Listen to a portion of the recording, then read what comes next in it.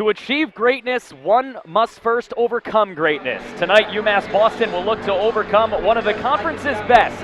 It's the UMass Boston Beacons playing host to the Castleton State Spartans, right here on the Beacons Broadcasting Network.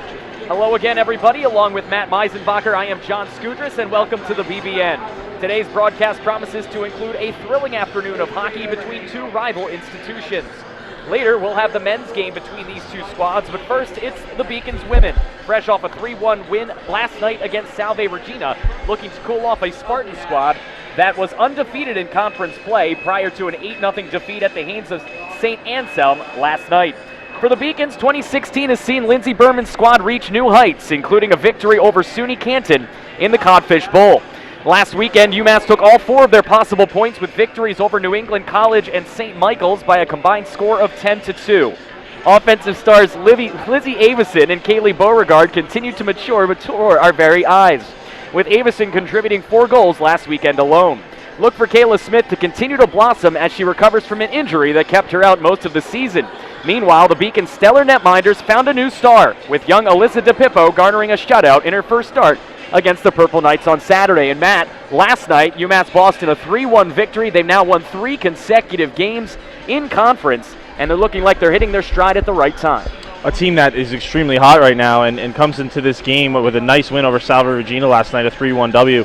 Really, the player you mentioned earlier, Lizzie Avison, just really on fire. A lot of points in the last, I believe, 4 or 5 points in the last 3 games, and has really stepped into the spotlight here later in the season. And a team that struggled a little bit early on scoring goals seems to have found their stride here in the second half. For continued success, UMass must limit their mistakes, especially against the Castleton team, whose defense is rivaled by few at this level. Heading into the weekend, the Spartans averaged just 2.94 goals per game, but their 30.4 shots per game suggest that despite all their success, Castleton has been just as unlucky as some of those less fortunate than them. Dominant in every facet of the game, the Spartans are led offensively by senior Taylor Stedman, who paces the way with an impressive 11 goals, and freshman Amy Brayond, meanwhile, has taken the Green Mountain State by storm, with a team-leading 10 assists. The spark plug also leads the Spartans with 22 penalty minutes this season, and between the pipes, senior Jess Cameron has been a one-woman show, facing every shot but 2 for the Spartans this year, while combining to go 12-2 with a 1.57 GAA and a .958 save percentage this season. So Matt, to put it simply, what do the Beacons have to do to come away with an upset today? Those are your Castleton 3 stars in the pregame, and I think it starts with the senior forward there in Stedman. Obviously, look at the point total, 17 games played, 15 points total. She's found some chemistry with the freshman in Brand, 14 points in the same 17 games. So obviously some chemistry there with the freshman and the senior. And then you mentioned the goaltender, Cameron. I mean, the numbers are astounding. Coming in the game with a 1.88 goals against average and a 95% save percentage combined with 3 shots. I mean, going to be very tough and a tough challenge for UMass. Now, the point being, coming off last night, an 8-0 loss. So very interesting. Not quite sure, obviously, we weren't at the game what happened last night, but obviously on paper, a little bit of a mismatch in terms of statistics, but UMass, the team that looks to be a little bit hotter than the Spartans right now. Let's take a look at the NEHC standings here on the Beacons Broadcasting Network as we see that list for the New England Hockey Conference. At the top, the Cadets of Norwich, obviously one of the best teams, but both them and Castleton each lost their first conference game over the last 7 days. UMass Boston nipping at their heels. This thing's wide open, and they have a chance to win this conference. Without a doubt. You look at Norwich University at 8-1, but 16-point totals. UMass 7-2 at 14. So that first place spot is only 2 points behind. And then, focusing on tonight and what we have at hand, obviously, UMass and Castleton just a point in between. Winner is either going to stay in second place or we're going to have a new second place holder. You see Manhattanville ranked 6th at 4-5. They're who the Beacons will face next on Friday. And then a big matchup on Saturday right here on the Beacons Broadcasting Network against those Cadets of Norwich. Well, the future is going to be laid out right before your eyes here on the BBN over the next couple of weeks, and we're excited to bring it to you every step of the way. Let's take a look at highlights of the game last weekend, a victory over St. Michael's College. Alyssa DePippo's first career shutout right here on the Beacons Broadcasting Network.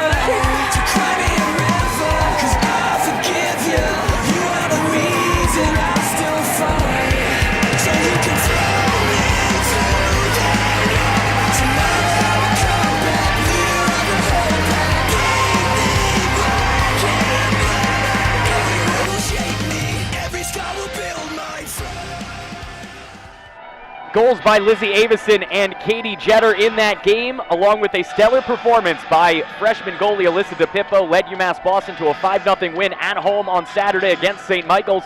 They follow that up with a 3-1 win last night at Salve Regina. Now here they are, looking to win their 4th consecutive conference game since the new year, with an opportunity to continue forward in the future towards a conference title. Let's take a look at the all-time series between these two foes as the Spartans of Castleton come on in for the 20th time on Beaconville, as the Beacons lead that series 15-3 with one tie. Their last win came on February 23rd of 2013, a 5-3 triumph. Castleton won almost a year ago to the day, in fact, a 2-1 triumph.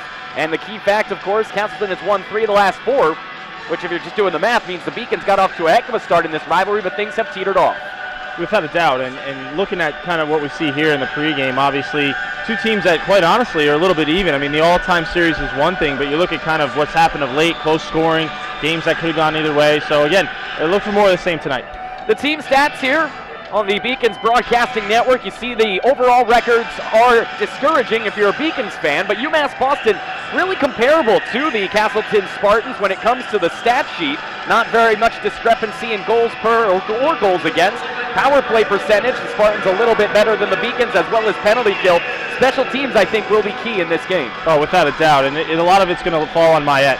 The goaltender for UMass, who's a transfer from Quinnipiac University, who's done a really nice job this year. She's going to have a lot against going up against Cameron, and this could end up being a goaltending matchup if the forwards have a tough time getting it through.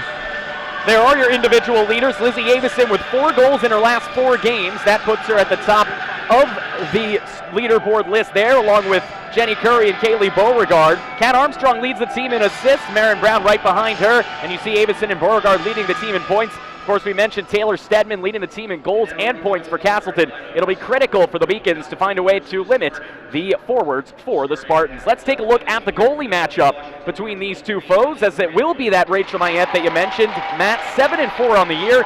She has a tough competitor across the ice in Jess Cameron, who, despite having a tough game yesterday and an 8-0 loss, still has sparkling statistics. Yeah, the senior against the sophomore. And Cameron, we mentioned the stats. You see it there. Look at that save percentage of goals against there. And just really outstanding statistically. Mayette, no slouch either in the net. I mean, a 202 goals against and a 92.3 save percentage is very above average as well. So two goaltenders that are fully capable. Rachel looking for her first shutout, maybe trying to one-up Alyssa DePippo, who got hers in her first career start. Let's look at the UMass Boston player to watch, brought to you by Thompson Brothers Industries, the most advanced recycling facility in North America. Located in North Andover, we can handle anyone's recycling needs. Alexa Capione is the player to watch today. The senior co-captain had a goal last night. She's got 5 in 97 career games. She is really the leader on the blue line for Lindsey Berman, one of the holdovers from Coach Harris's club, and she's somebody to keep an eye on in her own end today. Defensively, just so strong. She plays night in and night out, and you mentioned the co-captain along with Alexandra Carlos. Two seniors who have really done a great job in leading this team, and you see as she's announced here, they stand next to each other. The two leaders of this team, without a doubt, and Capione, who's found a little bit of an offensive touch of late. We're going to go to a commercial break here on the Beacons Broadcasting Network. When we come back, we'll have the starters for both teams, as well as the keys to the game. You're listening to the Beacons Broadcasting Network. Cheer for the stumbles, the he shoulda had that's, and the tears that linger. For in those moments, greatness lies. There, you will find the provoked, the determined, the unified. It's in those moments that champions are born.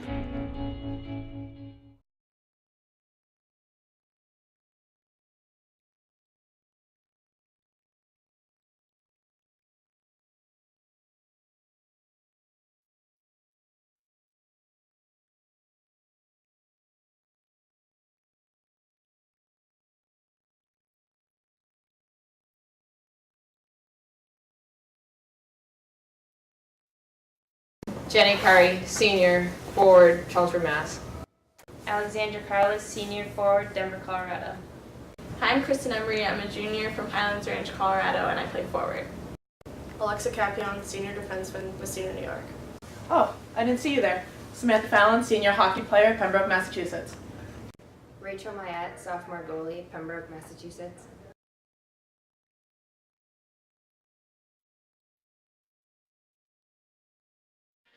You just heard the UMass Boston starters here on the Beacons Broadcasting Network. Let's take a look at the starters for the visiting Castleton State Spartans. Allie Brandland and Taylor Stedman are the wingers for Rachel Bombardier. She is the centerman to begin this one. Sam Payan and Morgan Richard on the blue line. And, of course, we already mentioned Jess Cameron in the pregame show and how stellar she's been this season. Matt, let's take a look at the keys to the game between these two squads.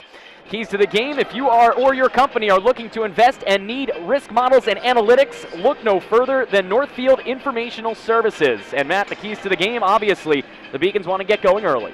Yep, got to try to jump on this team quick out of the gate, and that's an obvious stat. I think the second one is probably the most important.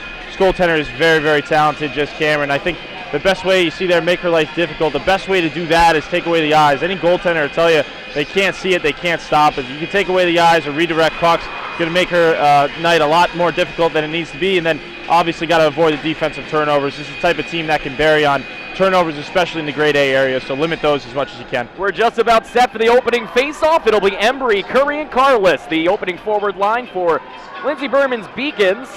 Bombardier takes the center for the visiting Spartans of Castleton State. Beacons win the opening face-off as Embry pokes it towards her own zone, defers it to Sam Fallon, who stretches this one towards the red line looking for Curry. She can't handle it, but the attempt to dump it in by Sam Payan is intercepted and dumped in by Campione. From her own zone, here's Bombardier motoring forward, but she gets it poked away from her stick by Jenny Curry, and a D-to-D feed from Campione to Fallon as the Beacons resetting 20 seconds into the shift. Nice left-to-right move there by Jenny Curry, who had a breakaway goal against St. Michael's. She is one of those players who really brings the offensive excitement and energy for Lindsey Berman's club. Without a doubt, Curry's got some really magical hands on her. We've seen it time and time again throughout her career. She's one that can make plays and create stuff on her own. Bianchini turns it over, motoring in is Bombardier, but she gets it intercepted and her pocket picked by Fallon. Puck trickles towards the blue line. Whiffing on an exit pass was Embry, and now she'll just dump this one all the way in and chase after it. UMass Boston, excuse me, that was Beauregard actually. UMass Boston in the attacking zone, so far doing a good job in keeping the puck out of their own zone in front of Rachel Mayette. From the corner, here's Morgan Richard. Richard looking for an outlet pass and able to get it out of harm's way to the neutral ice and to the red line, where it's decked D-to-D from Jeter near Armstrong, who eventually does get it and then siphons it forward. And taking that pass and moving forward was Christina Bovey. Near side, UMass Boston and Castleton State. You're listening to the Beacons Broadcasting Network. Along with Matt Meisenbacher, I'm John Skudras. Stay tuned for the remainder of this one. And then, of course, after it, as the men take on the Spartans of Castleton State right here from Clark Athletic Center Ice Arena. We have a face-off as Cameron halts play for the first time. Jess Cameron, a senior from Mount Malik, Prince Edward Island. A lot of Canadian-born stars here on Castleton. Without doubt, Prince Edward Island, that's way up there. Yeah, absolutely. And, of course, Vermont right there on the border, so it's easy access there for them. Meanwhile, right out in front, Embry has a chance, and she is stoned by Jess Cameron. As we were saying, she is a brick wall. Yeah, what a stop there by Cameron. She had Embry all alone right in front. Carlos with a nice job coming off the sidewall and make a nice little pass to Embry, who was all alone in the slot. Just wasn't able to beat Cameron, and first test on Cameron, she's 1 for 1. That was a beautiful feed in there for Kristen. Embry thinking about taking the shot from the top of the circle. Instead, she moves right into the slot with a nifty deke. Unfortunately, Cameron with an easy one there. But so far, the Beacons are making her work. Yeah, and I'll tell you what, I'm a little bit surprised Coach Berman's making a change here. Carlos doing a nice job on the draw and finding Embry, who's been able to make plays. Regardless, 2 opportunities early for the Beacons. Cameron to stop both. Anna Daniels had that one off the face-off win, trying to get it out of the zone. She can't. Here's a chance for Campione to blast with a screen in front, but Bianchini can't tip it home as it careens into the corner, now along the end boards to the far side wall. Here is Daniels taking this one herself. Anna standing at 5'9" from Falun, Sweden, as this one is shifted wide of the net to the near side.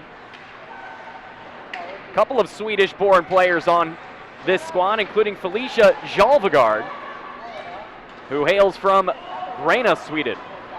And I'm going to be honest with you, I'm glad I'm not doing the play-by-play. Some of these pronunciations are going to be a challenge, huh? They will, but that's why they pay us the big bucks, man. UMass Boston trying to get it out of their zone. Here's Fallon. Fallon's exit pass towards Marin Brown is off the mark, and that's an easy icing call on Sam Fallon and the Beacons. As with 3 minutes into this game, no score, right here on the Beacons Broadcasting Network. John, I'm a little bit surprised. Early on, both teams looking a little bit cautious. Haven't really seen any type of high-risk play at this point. Not necessarily a bad thing or a good thing, just kind of an observation. You see as we go down, Lindsey Berman, her first season as a UMass head coach, 3 seasons as an assistant. Her record's 9-6, 35-48 all-time as a head and assistant coach. And I think you can't say enough about the way Berman came in here after the coaching change in the summers. We'll get to that in a moment as a snipe from the point is fisted away by Mayette, coming off the stick of Sabrina Hosner. British Columbia native sends it back in to be deflected down by Fallon. But Berman came in here, and a lot of people didn't have high expectations for the Beacons. They lost a lot of stellar stars over the offseason, but she's really righted the ship here in the second half as the stretch pass intended for Stedman's off the mark. Without a doubt, John, and almost an Olympian in her own right during her career, and fully capable, understands the game extremely well. And I think the thing that's best is the team really responds to her. She has a good tune for, obviously different players bring different type of emotion. She has a good tune on everybody, and I think that's probably the biggest thing she brings to the table, aside from the fact that she knows the game so well. Steph Moberg is in her second season at Castleton State, a 2-time All-American at Plattsburgh. She's got 26 wins for these Spartans as she continues to tutor her young club. Meanwhile, the Beacons almost turned that one over in their own end. That was Armstrong, but she cleaned up her mistake and is able to get it forward. UMass Boston motoring in. That was Katie Barry trying to drop it for Bovey. And now behind the net, I should say, here is Kayla Smith. Smith still looking for her first goal, but she has been very aggressive on the puck and has looked good since coming back. She has, and was a huge player for UMass last season. They missed her early on in the first half of this season. She's going to need to step up if they're going to do things this half of the year. Here is Kayla Smith going one-on-one with the D-man into the zone as she tries to penetrate the crease, but she couldn't get there on her own. Now she's able to siphon it back, and a quick snap there by Beauregard's off the mark. Second chance from Kaylee. That trickles off the side of the net, and now Beauregard takes a hit into the boards, and that allows the puck to be scooped up and moved forward by Brian. Good speed by UMass here. A good shift. Let's see if they can follow it up with another one. Behind the net, here's Jalvegard. Felicia siphons it towards the far side corner. Beauregard has possession, but she gets her stick lifted there by Amy Brian. And now this one will come eventually to the blue line, but kept in smartly there on a nice play by Ariel Gallucci, but it then eventually does come out in front of the bench door for Castleton. From the far side of the net, good pocket pick there by Edie Moritz. Meanwhile, she siphons this one to the near side corner. Beacons keeping it in. Here is Embry, who's been very active on the puck here in the first 5 minutes of this one, but Kristen turns it over in the attacking zone, and a backhand by Hannah Rose gets it out of harm's way before Capillon can slap it back in. No score here in the first as Embry has possession. Kristen into the slot, takes a shot. That one blocked right in front of her on a good play by Rose. Trying to go around the defense once, not twice, but 3 times is Jenny Curry, but she gets it poked away by the netminder. Capillon from the point, that one blocked down right to the far side dot where it was waiting on a tee there for Kristen Embry, but she couldn't set it up as it's eventually poked out of the zone by Jade Remillard.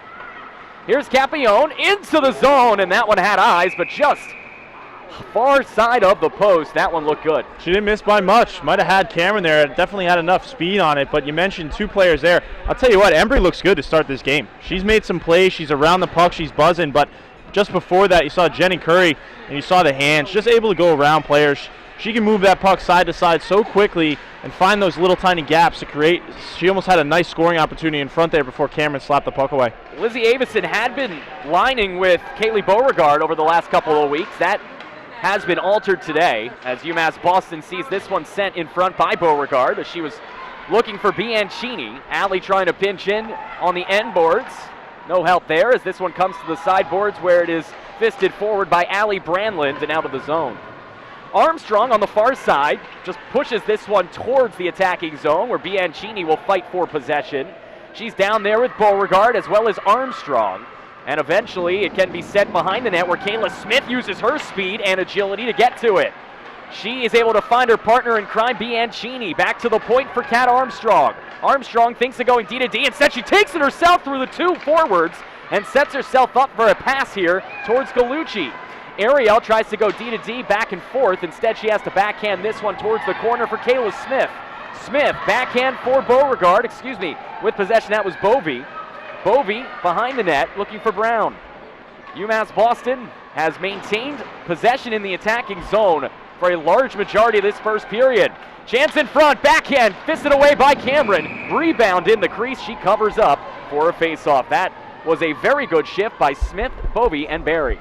UMass just has a better sync than Castleton right now. More energy, and they're just more in tune with what's happening in the play. Castleton really is on their last line of defense. They're collapsing in front of their net and just trying to sustain that as much as they can. But right now, UMass has the advantage, no doubt. They certainly do, as they're going to get that top scoring line out there. No rest for the weary for Embry, Curry, and Carlos. As here with the puck again is Embry. She comes to the point. Fallon thinks about taking it. She does. Might have been deflected by Carlos wide. Alex with possession. It's like the Beacons are on a perpetual power play here in the first period with the way they have the momentum at their backs. Fighting for possession are three Beacons. Embry comes away with it. Kristen into the corner. Will have to dipsy do her way around a defender, and she does, sending it right out in front, but no Beacon was there, and it can be cleared all the way down by Felicia Jalvegard. Well, I'll tell you what, this is going to go for a nice, they're actually going to wave it off. Looked like Sam was coasting down there towards the puck, so the referee decided to wave it off. Now here's Curry. Nice move by Jen to get that out of the zone as the defender took the man instead of the puck. That was number 21, Sam Payan, and now motoring in here is Briand. Amy back towards the corner as she's looking for some sort of assistance, but as usual, just a swarm of Beacons all around every Spartan they see. Here is Curry, and Curry will just send this one out of harm's way. Go for a line change, smart play by Jenny. As this one's intercepted at neutral ice. Here's Marin Brown backhanding it in as she goes for a chase along with Beauregard. Anna Daniels with possession. Big defender, tries to take it herself up the sideboards, and she does as she sends it all the way in for Armstrong to have to do a little chasing. 11:30 to go here in the first period. Kat Armstrong backhanded D-to-D feed for Beauregard. And now Kaylee will siphon it forward off the skates of Marin Brown, where the Beacons will have to reset. They got a chance if they hurry. Castleton with a late change. Allie Bianchini with possession. She tries to send this one towards the blue line, intended for Beauregard, but unfortunately she was unable to corral the puck. And now the Beacons turned it over. Moritz gave it away. Good poke check by Bianchini as she's able to keep it out of a chance on a rush coming towards the Beacons' end. Far side, Kat Armstrong trying to get it out off the sideboards. Unable to was number 27 in white.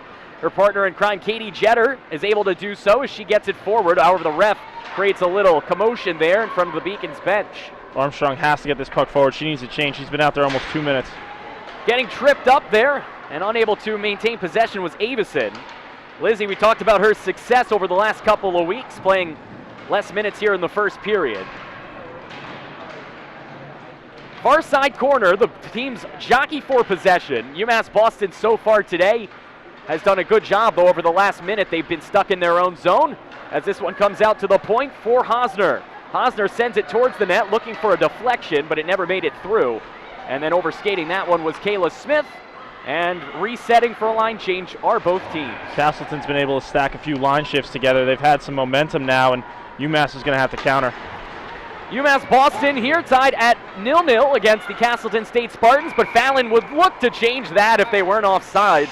Looks like Bovey was just a little bit out in front, and with 9:54 to go, it remains 0-0. One thing to note, John, from a goaltending perspective, I don't know if Mayette has had a true shot on goal yet. If she has, it hasn't been much, and from a goaltending perspective, you really like to feel that puck. We're halfway through the first period here, and she hasn't been able to feel it. It's a mental game for her at this point. Into the attacking zone, Sam Fallon trying to get it done herself again, but this one's fisted away by the netminder. Meanwhile, UMass Boston maintaining their possession, coming towards the point for Fallon to take a blast, is blocked down, and coming the other way is Keats. Brianna Keats has a chance one-on-one, and she gets it poked away by Fallon, who recovers nicely. Nice job by Capione and Fallon to get back on that rush. Great job by the Beacons' top line of defense, both seniors, and now we're going to get a penalty called coming up here on Brianna Keats. So she fails on the breakaway and then is going to fail her team here as she'll draw a 2-minute minor. And UMass Boston will go to a power play for the first time. Yeah, power play for UMass happened right in front of us. Just a little bit of a check or a rough, whatever the ref wants to call here. Regardless of the situation, it's going to be a 2-minute power play for UMass, who, quite honestly, for the start of this period, really came out flying. And Castleton was able to adjust slightly, make some adjustments to gain a little bit of that momentum back. But now here we see a shift going the other way, and UMass is going to line up. They're going to send Carlos out there with Curry, Armstrong, Embry, It looks like Fallon is going to be that power play unit for UMass. The penalty is on Brianna Keats, a sophomore forward from Calgary, Alberta, as the 5'3" Keats took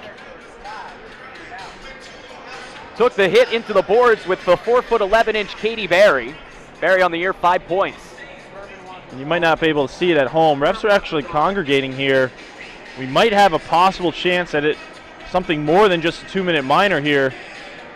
Usually when you see some type of conference with the referees, they're discussing if this deserves, I guess depending on how you look at it, an upgrade, depending on which side of it you're on, but obviously warranted for either a major, game misconduct, something to that effect. It was certainly an aggressive hit, as UMass Boston, they see now they took the penalty off the board. We'll see what they decide to call here, as the Beacons would duly like a penalty. Their power play has been better of late than it was to start the season. You'd think they'd almost have to. Yep, a 5-minute major now on number 20, Brianna Keats. So that is a huge break for UMass Boston. Yeah, John, you see that. A lot of times the initial call will just be assumed a minor, and then when the refs kind of get together, they talk about things. They can actually upgrade that penalty. You see here from a minor to a major. So huge break for UMass here with 9:21 in the first. They're going to get a full major, and obviously, as most people know, that's going to stay for the full 5 regardless of how many times they score. Right out in front for Embry to take a shot. That one's deflected in front, never made its way all the way towards Cameron and net. Trying to clear this one was number 7, Rachel Bombardier, and then she eventually gets assistance from Hannah Rose to send it down. Tell you what, John, it's the second time that puck has almost found Carla. She's doing work in front of the net. Embry has found that rebound to her twice now, and look for Carla. She seems to be around the puck today. This line has been together all year, and it's really starting to click when they can stay on their skates, as Kristen Embry does tumble down in the attacking zone, but does a good job of keeping it in the corner so UMass Boston can maintain an offensive rush. Embry kicks it towards the near side wall, where it's taken there by Jetter. Jetter had a power play goal against St. Michael's a week ago, as this one's poked out of the way there by Daniels.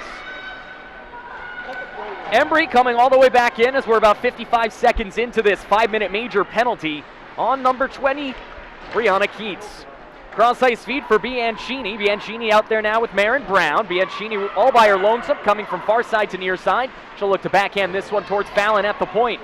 Fallon mans the top of the umbrella on this power play. Far side for Capione. She's got a nice blast, but an even better kick save there by Cameron as she maintains this 0-0 score. Fallon at the blue line sends it down the near side boards to careen into the corner where Marin Brown will maintain possession. She'll come towards Capione as the Beacons adjust their positioning. Fallon, near side dot, whiffing on that shot was Marin Brown. Clearing attempt will not get out on first effort. And on second effort, unable to keep it in was Capione on the clearing job by Ashley Pelkey. Got to take the eyes away. 2 chances now for UMass where they've been having nice lanes to the net, but no one's taking the eyes away of Cameron. She's going to make those saves for the majority of the time. As long as she can see it, she's going to stop it. Sam Fallon, near side. She'll come back to the point. Capione, far side for Bianchini to take a shot, but really, like you said, no screen in front. Easy save for Cameron. From the top of the blue line, here's Fallon. Here's Capione now to take the wind and blast. Her howitzer sails off the shoulder of Cameron to eventually be knocked down by the glove of Bombardier, who will send it off the corner boards, but not out. Beacons get some fresh legs as Curry will come on for Beauregard. There's a blast into the gut there from Fallon, denied by Cameron with 2:45 left on the major. John, for a goaltender of this caliber, these are just routine saves. These are practice saves. It's just not enough. You're not going to beat a goaltender like this with shots from outside of the dots, no matter how hard you have, no matter how hard of a shot you have. So my suggestion from a coaching standpoint, might want to think about maybe putting 2 players in front of the net, try to create some more traffic. Curry sends it in front as she was looking for a one-timer for Carlos, but Alex couldn't pull the trigger. Beacons still have over 2.5 minutes left on the major. And the last, as JD Jetter can't keep it in. She has to end up retreating into her own zone to avoid getting this one poked away by Amy Brian. I was about to say, while a 5-minute major is great if you can score, if you don't score, it's a momentum changer for the other team as Carlos takes a high-rising shot, fisted away with the glove there by Cameron. Close there. Didn't miss by much. UMass Boston, we said to get out in front early. This is a key chance as that one was sailing wide anyway, but it's fisted away with the waffle board by Cameron on the shot from Jetter. Curry with possession. Less than 2 minutes left on the major. She does a nice move to get around the poke check of the defense. That shot's blocked down in front by Morgan Richard. And now here's a chance to send it to the point for Marin Brown to find Armstrong. Armstrong maintains that puck on the edge of her stick. Jeter then sends it down low for Curry. Centered in front for Embry, and then Embry's deflection is denied by Jess Cameron. Another chance by Embry. She's around the puck today. She's finding gaps and forces Cameron to come up with a nice reflex save right on the doorstep. She's in the slot. Second time we've seen her there today. That puck seems to be finding her, and I'd like to see a little more recognition from UMass. Obviously, they're extremely spread out on this power play. They really need to start, Castleton's allowing them to compact. A little bit more recognition. They can really take advantage of that. They certainly could. We'll see in the last 136 of the power play as this face-off is won by Castleton and cleared all the way down. Rachel Mayette finally gets a chance to do something down there. It feels like she hasn't done much today. She hasn't had to. It's extremely tough, and she will be called upon at some point, and that's kind of the mental aspect of goaltending a lot of people don't realize. Meanwhile, Marin Brown tries to motor through the attacking zone, but she gets her pocket picked, and it's dumped all the way past Fallon and down the ice for Mayette to have to do some house cleaning again. We are down to the final 65 seconds of the 5-minute major on Brianna Keats. For roughing, Katie Berry is coming on in as Sam Fallon. Fallon has played a majority, if not all, of this power play as she has possession behind the net, tries to find Smith, and unfortunately, Kayla couldn't get it, and this one sent all the way past Beauregard, where Mayette will have to poke it away from the attacking forward, and then fisting that one back towards the Beacon zone was Pelkey, who was all the way in. Good job by Ashley Pelkey. And John, you can almost feel as this clock continues to wind down, the Castleton players are starting to realize they're almost all the way done with this penalty kill. You can start to feel the momentum starting to go the other way. Yeah, absolutely. When you kill off a 5-minute major, it can really help you out when it comes to the jump in your step. And as Yogi Berra said, 90% of the game is half mental. It transcends all sports. It's a great man, Yogi Berra. Rest in peace. Absolutely. As motoring forward now with possession is Hannah Rose. Goes around the defense. Backhand. Oh, off the post. Hannah Rose almost had a beautiful goal to get Castleton started. And that's what I was talking about. First shot was a challenge for Mayette. Actually beat her. She got lucky, went off the pipe.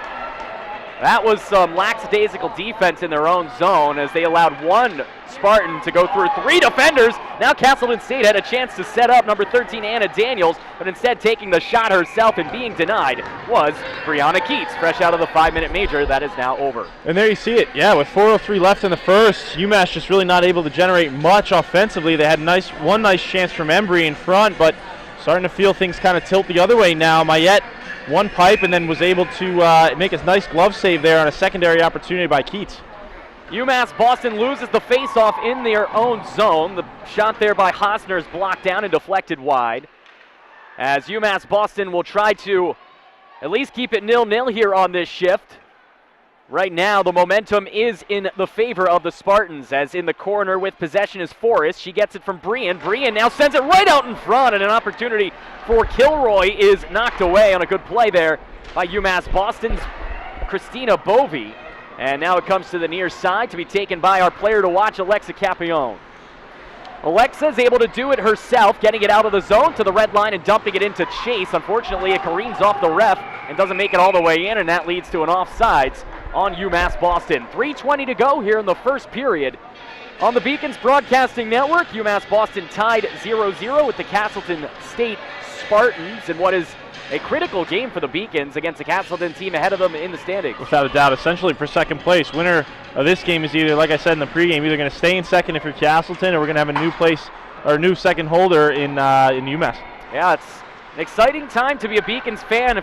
It's both hockey teams, as they're both very much so in their conference races, and this is the inaugural year of the New England Hockey Conference. Meanwhile, turning it over to Stedman, the team's leading goal scorer, right back in front for Taylor Stedman on a give and go from Bombardier, and Mayette is game 2 denied. Nice job by Mayette to read that play. She saw the pass go across to her left, was able to read that puck was most likely coming back.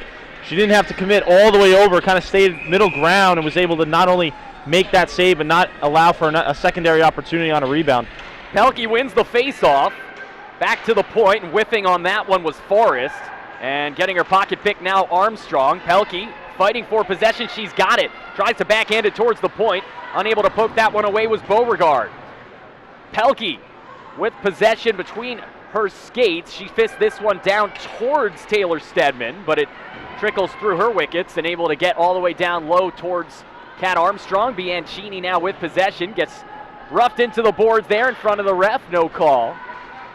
Marin Brown down there to help out, but it comes towards the top of the point. Blast with a screen in front, and Mayette never saw that blast from Hannah Wright, but luckily it never made its way through. Meanwhile, coming on in there was Forrest, but she was unable to get a shot away. Eventually it comes to the point for Wright's shot, deflected in front. Mayette makes the save, the rebound chance for Stedman, and that one sails wide. Taylor Stedman now sends it in front, unable to get that one in on net. The Beacons on their heels on this shift as they can't get it out of their zone. Stedman's the team's leading goal scorer. She backhands it, intended for Hannah Rose, but Hannah's unable to keep it in the zone as it comes out for Forrest to clean up at the red line. Here's Rose back into the zone, gets it poked away by Curry, and now Jenny will defer here towards Embry. Kristen trying to get some help in the form of Carlos, but it's turned over, and now here's possession for Anna Daniels in front, and an opportunity for Hannah Rose to backhand that one towards Mayette, but she couldn't get her stick on it. The feed towards the point for Stedman, still out there as this one comes D to D now for Morgan Richard. Richard dumps it all the way down behind the net for Daniels. Anna, the tallest player on this team, standing at 5'9". Far side, from the dot shot, deflected in front, save Mayette. Rebound trickles to the far side where it's Carlos backhanding it. How have they not gotten this puck out of the zone? And now the Beacons get a whistle as the net, I believe, is off its mooring. Yeah, the net came off its peg, and you said it there, John. UMass just suffocating in their own D zone, just not able to get the puck out. They were lucky enough to get a line change. Castleton is just all over them, and we mentioned it, that 5-minute major, we're seeing the kind of the secondary wave of that. A lot of energy from Castleton now. They're feeling good. They feel like they're back in this game. Desperate times, and Carlos, in all reality, needs to win this draw. I mean, they need to get out of their defensive zone. They need to possess. This is a big draw late in the period with 109. Spartans hailing from Castleton, Vermont, an enrollment of 1,900 up there in the Green Mountain State. As opposed to the Blue Mountain State, correct? Absolutely, Matt Meisenbacher. As something tells me they're not as crazy up there in Castleton, Vermont. Then again, it is Vermont, as this one's sent right out in front, and an opportunity on the second chance for Amy Briand. I'd imagine Bernie Sanders was quite the partier in his day. As this one trickles into the corner. Beacons trying to get something going. They haven't gotten it out of their zone, I'm estimating, but has to be in at least 3 minutes. Oh, absolutely. And Castleton has been able to stockpile at least 2 or 3 shifts together, really just all over UMass. They've kind of taken all the momentum they had and flipped it around on them. Beacons back in their own zone again. An opportunity for Kilroy, but a great defensive play by our player to watch, Capione. And now with just 33 seconds left, Kayla Smith looking for her first of the season, but she gets it poked away at the last moment. Kayla trying to find somebody open, and she tried to defer to the far side, but unable to find Jenny Curry, as this one will come towards the near side wall. Capione pinched in, unable to do anything with it. Now with 15 seconds, last chance for romance for UMass Boston as Fallon sends it into the attacking zone for Smith.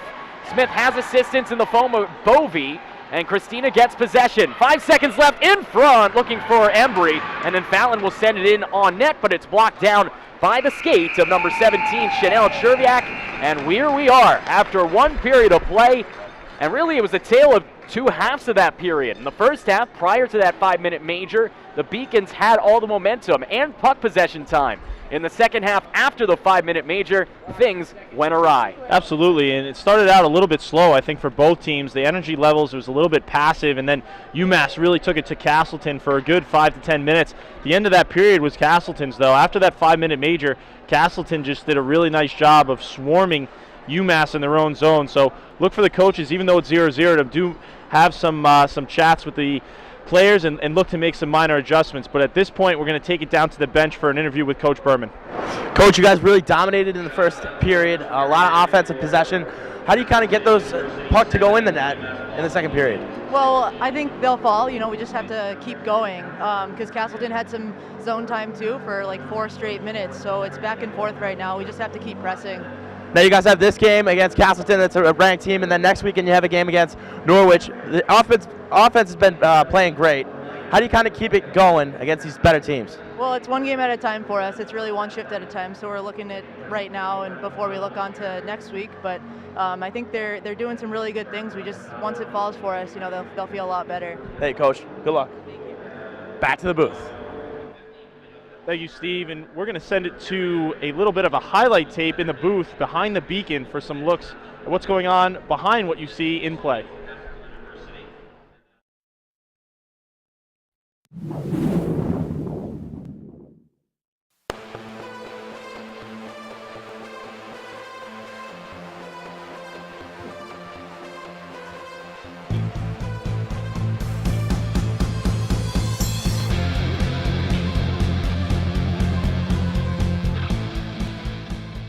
When Olivia Murphy first stepped onto campus in the fall of 2012, UMass Boston women's basketball had just 4 winning seasons in their past 17 years. Yet 4 years later, the All-American is on the verge of leading the program to their 4th consecutive winning season. Hello and welcome back to another episode of Behind the Beacon. I'm your host, Seth Orensky. A year after becoming the 8th player in program history to reach the 1,000 points career milestone, Murphy became the 3rd player in program history to reach the 1,000 rebounds mark last week. We spoke to Murphy and a couple of her teammates and coaches about what the milestone means. At forward, 6-foot senior from Canton, Mass, number 15, Olivia Murphy. So last night, I knew that I needed a lot of rebounds to start off the game. I knew I needed 16. I didn't count like how many I was trying to get because I feel like if I counted I would have got out of the game a little bit, but I didn't even know that I had it. I knew I was close, but I didn't know exactly. But I knew that at like the beginning of the game I knew that I need to dominate the paint, and that's what my whole plan was the entire game. So I thought 1,000 rebounds was a possibility my freshman year in college. I knew it was possible, and that was my ultimate goal, was 1,000 rebounds, so that's always been like what I wanted to accomplish. Being in this business for 10 years and never seeing a player score 1,000 rebounds, it's a special moment to be a part of that, especially for UMass Boston women's basketball history. I mean, it's a once in a lifetime, really, potentially, in my career, and it's only the 3rd time it's been done in our 50 years of existence. So it's just a really special moment for the program, and even more special for the Murphy family. I mean, as a player, so who's going to guard Murphy? So it was always her and Kirsten Morrison, her fellow teammate. They were tough together, but Liv brings a little something that is tough to guard. She's always on the board. She never gives up, and as a player, that's tough. And as a coach, it's great to coach. So, I mean, like I said, it's been a pleasure, and I wish her the best and to keep it up and continue the season. I really like playing with Liv. She's probably one of the best post players I've ever played with because she scores and she's pretty smart with the ball. Like, she finds our three-point shooters, so I really like that about her. And she rebounds the ball really well, so I don't know, it helps us a lot. When I was younger, rebounding was always a main focus in my game. Points were never really a focus in my game, especially when I played with Erica Bordeman. It was a really huge thing for me to just get rebounds instead of scoring because she was our scoring post back then. So that's coming into college, points became more of an option for me, but it was always rebounding for me. So the thing that's most important to me is when I'm getting a rebound is just the heart and the hustle of the rebound. Like, it's just effort. Like, to me, it's just me trying to get the ball and working hard and getting a second chance for my team or not letting the teams get a second chance. So, All-American does follow her wherever she goes. I call her 8,000 right now, because she could have 8,000 points. But I knew that was there. But I would say I really knew who Olivia Murphy was when we went to Maine in that first game of the year. I mean, sometimes she does it quiet, sometimes she isn't quiet, but I looked up, she had 20 and 20, and I hadn't seen that in practice. So I knew the lights had to come on, and she was going to really turn it on. And that's when I really realized who Miss Olivia Murphy really was. And, my expectation for her was to get 10 defensive rebounds a game.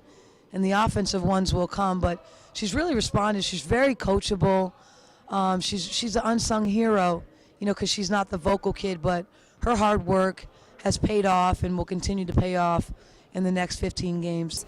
And I think also just not having Keeks around, I knew I had to step up a little bit more on offense and defense with rebounds and points. So I had that in the back of my mind as well. So, yeah, I just hope that her teammates emulate her, and really take on the toughness and the gamer that she is. because there's a lot of shoes to fill when she departs us. Hopefully, not till mid-March, but when she does depart us, it will be a sad day for UMass Boston women's basketball. But her effort and her integrity and her energy, she's not very vocal, but she does it through her actions. So there'll be some shoes to fill, but I hope that they've learned underneath her for the remainder of the season and hopefully the postseason. I think it's a great accomplishment that I've been able to do what I've done. But honestly, I couldn't have done it without the people that I play with. And I think that ultimately, to create a legacy, you have to have great players, but also a great team. So we're just trying to build a legacy here and actually be successful and get an LEC championship. Murphy achieved another milestone over the weekend as she passed New England Hall of Famer Andreen Gilpin for third place in program history and career points. For her career, Murphy currently stands with 1,384 points and 1,011 rebounds. Thanks for watching. I'm Seth Orensky.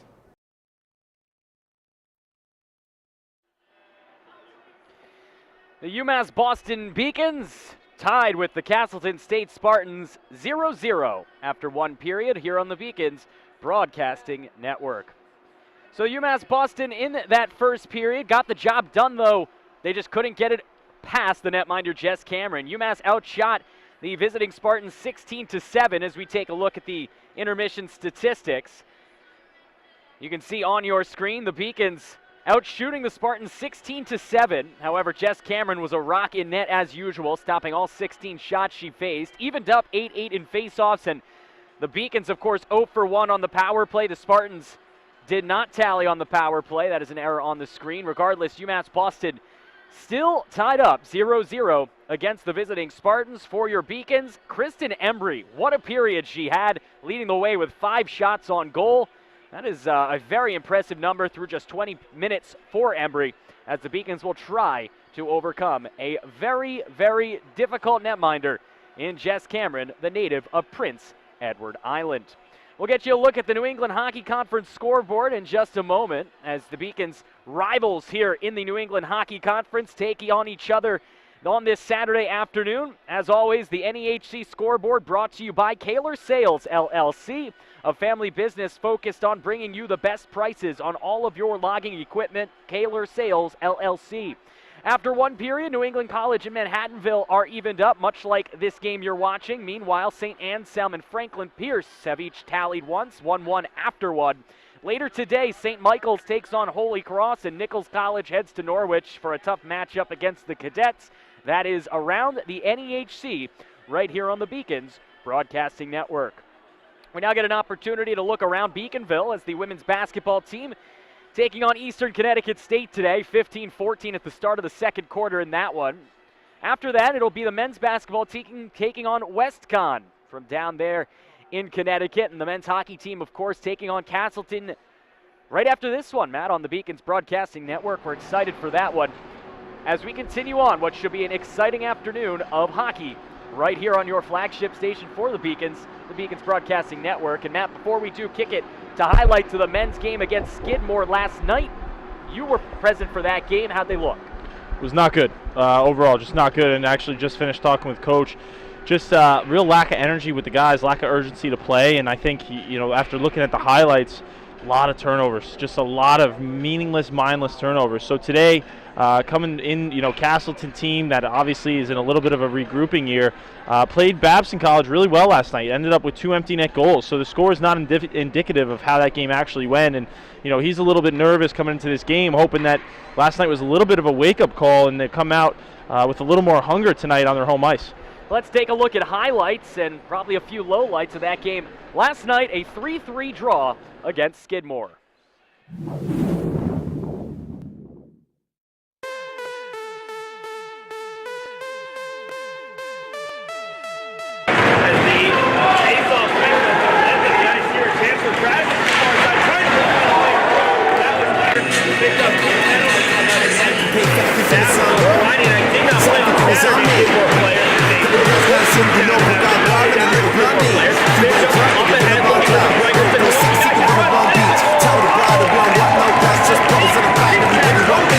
So bring the bad freak out. You gotta get the big freak out. Right like the sky, the full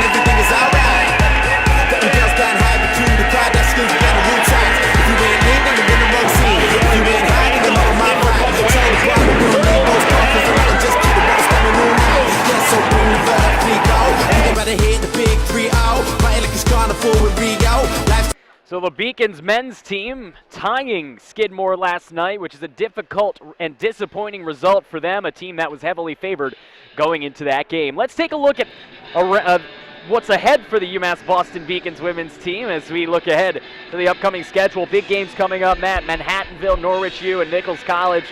Those conference games are critical, and the Beacons will have a plethora of them down the stretch. Both teams extremely strong. Manhattanville, which always gives them trouble, and Norwich University, which is quite honestly always at the top of the conference.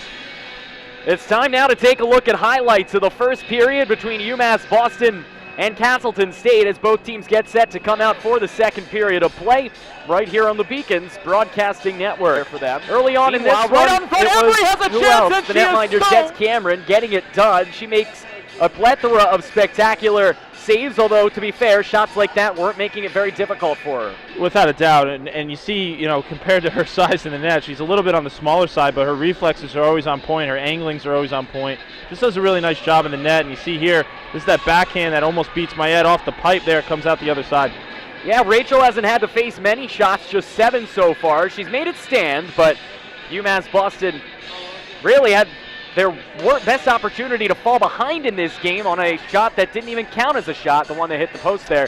And for Rachel Mayette, she's got to be thanking her lucky stars and her best friends, the post and crossbar. Without a doubt. I mentioned early on in the period, it's a challenge for goaltenders. You come into a game, and ideally, I always liked when on a rush, I'd get a long shot beyond the dots, just kind of feel the puck. You make sure that everything's safe and sound.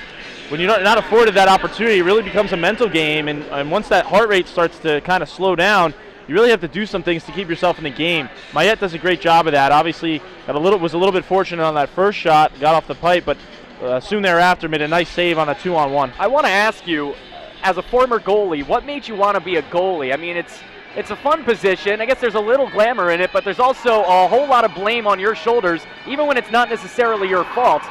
And it's certainly messy in the crease plenty of times. Yeah, without a doubt. I think most goaltenders fall into one of two categories. They were either the kid that didn't want to skate, and so early on the coach threw him in the net, and they ended up actually being good at it. Or for me, I was kind of the latter case.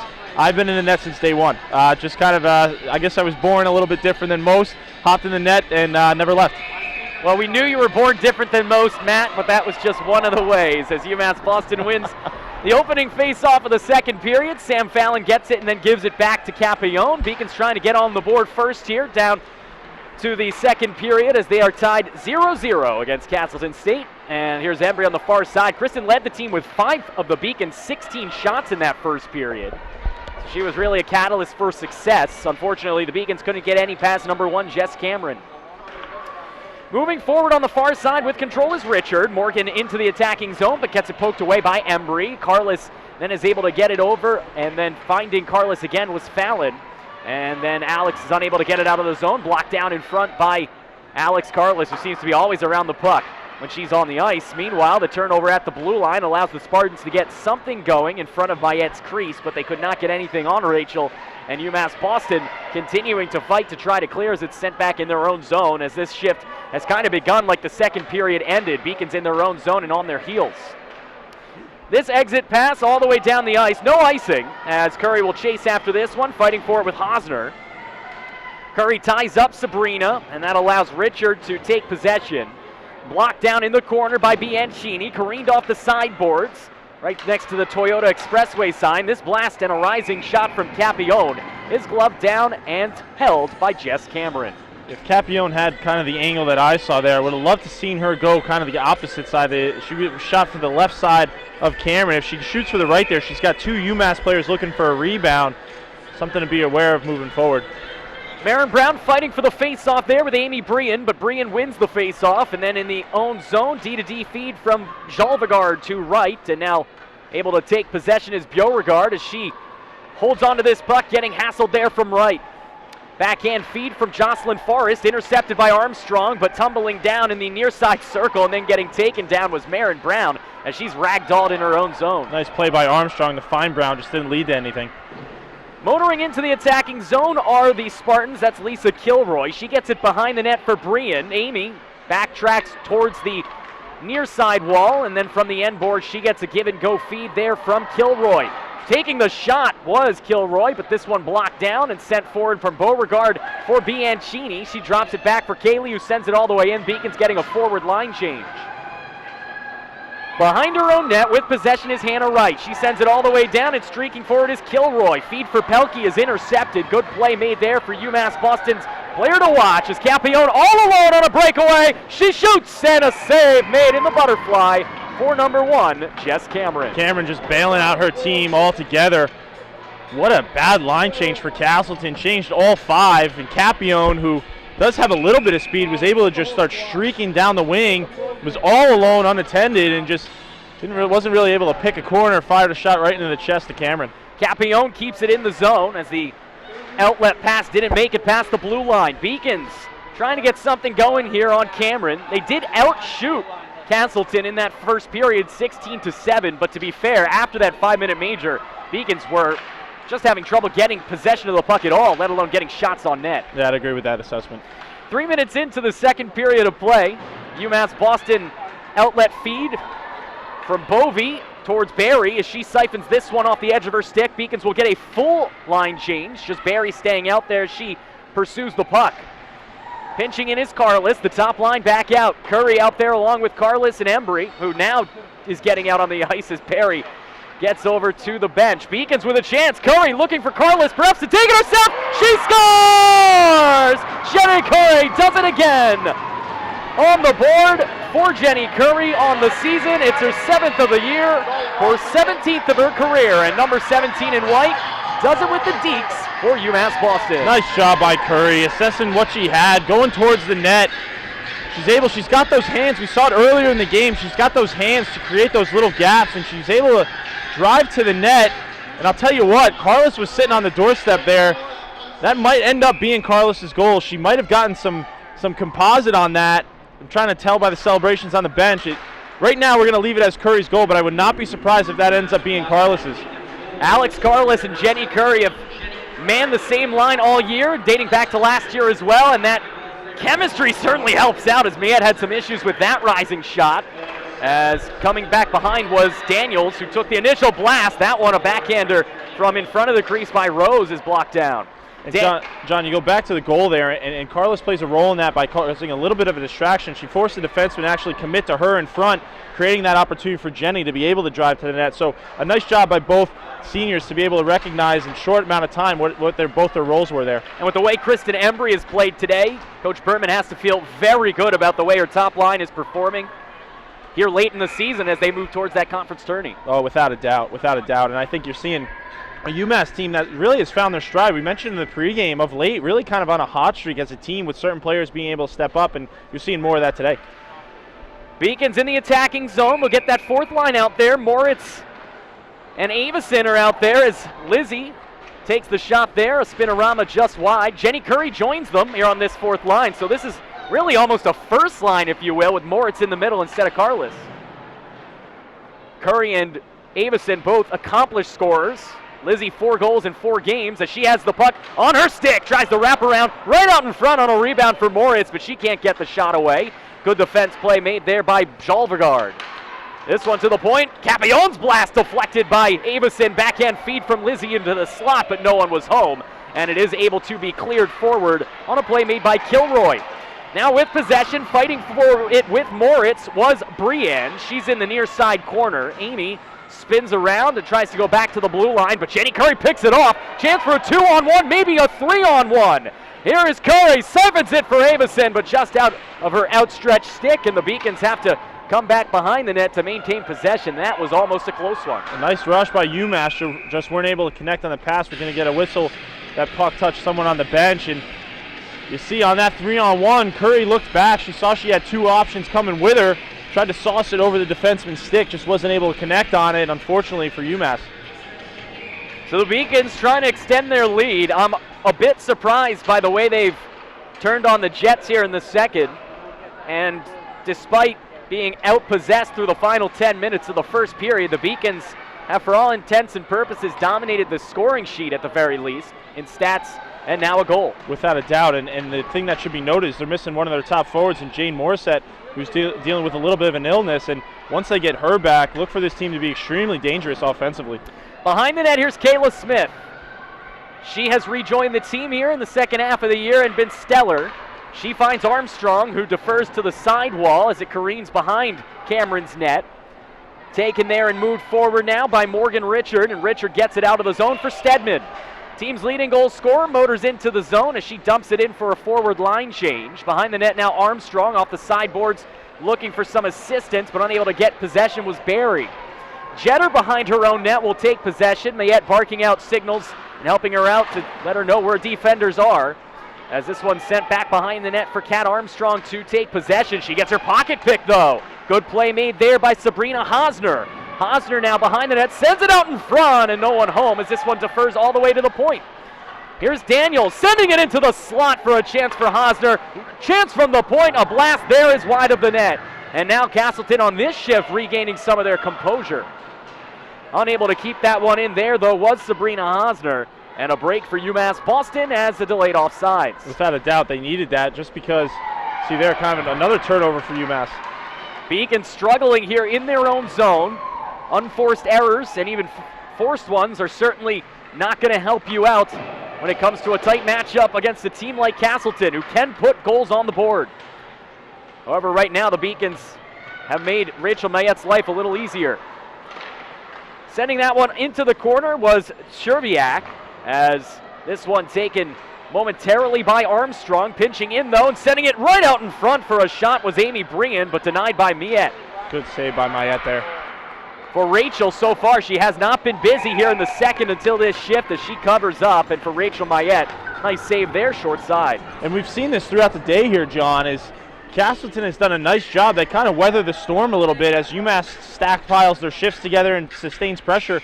They find ways to counter that, whether strategic or just based on pure line stepping up, but Castleton has been able to counter UMass throughout the day. Capione takes that right in front of her own crease in order to try to get it out of the zone. Eventually she does with help from Carlos. Almost a brutal turnover at the red line as Curry had net in front of her.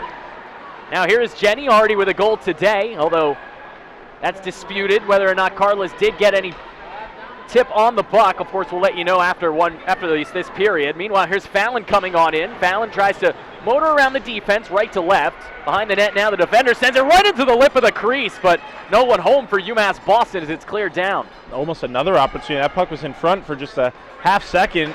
That ended up on a UMass stick. Could be 2-0. Here's Embry motoring in. Kristen leads the team with 5 shots on goal, but she gets her pocket picked in the attacking zone, and now Curry behind the net.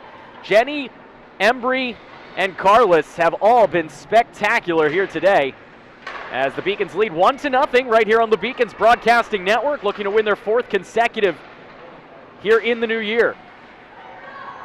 Behind the net in the corner, Curry has Embry if she wants her. Instead, a little bit of hesitation and a little bit of miscommunication, but a great play by Fallon. Keeps it in the zone for Marin Brown to take a whack at it in the slot, but she was unable to get it past the defender, Felicia Jalvegard, and now motoring forward is Pelkey, who dumps it in for a line change. 11:11 to go, second period of play. It's 1-0 UMass Boston on the first of the game and 6th of the year for Jenny Curry. Capione near side, motoring forward is Beauregard. She tries to poke it past the outstretched stick of number 21, Sam Payan. It comes back into the Beacon zone where Bianchini will have to chase after the outlet pass there from Fallon. And now Fallon goes D to D now for Campione. And the Beacons continue to play on their heels here after that goal. The momentum has not shifted to their side at all. Castleton, again, just doing a nice job of kind of figuring out what UMass is trying to do, and you see a 4-on-2 for UMass here. Sam Fallon with possession, using her skating skills to get by the initial line of defense, but then was pinched into the corner on a good play by Daniels. Two Beacons trip each other. That's Fallon and Bianchini, and it allows Anna Daniels to get possession and clear on a give and go as she has possession at the red line. Loses it. Armstrong got it poked away from her, as did Kayla Smith. And now Kayla will regain possession on a feed from Gallucci. Here comes UMass Boston's Christina Bovey as she tried to split the trees right up the middle, but she could not. And now here is Amy Brian sending it forward. On sides was number 15, Lisa Kilroy, but she couldn't maintain possession. If Kilroy catches that puck clean, she's in no doubt on a breakaway. Oh, that one was a wicked shot from the point. Deflected down with a high stick. It wouldn't have counted, but a nice shot from Payan and a deflection in front from Jocelyn Foster. I think it was Brian that was able to tip that, but regardless, goal wouldn't have counted.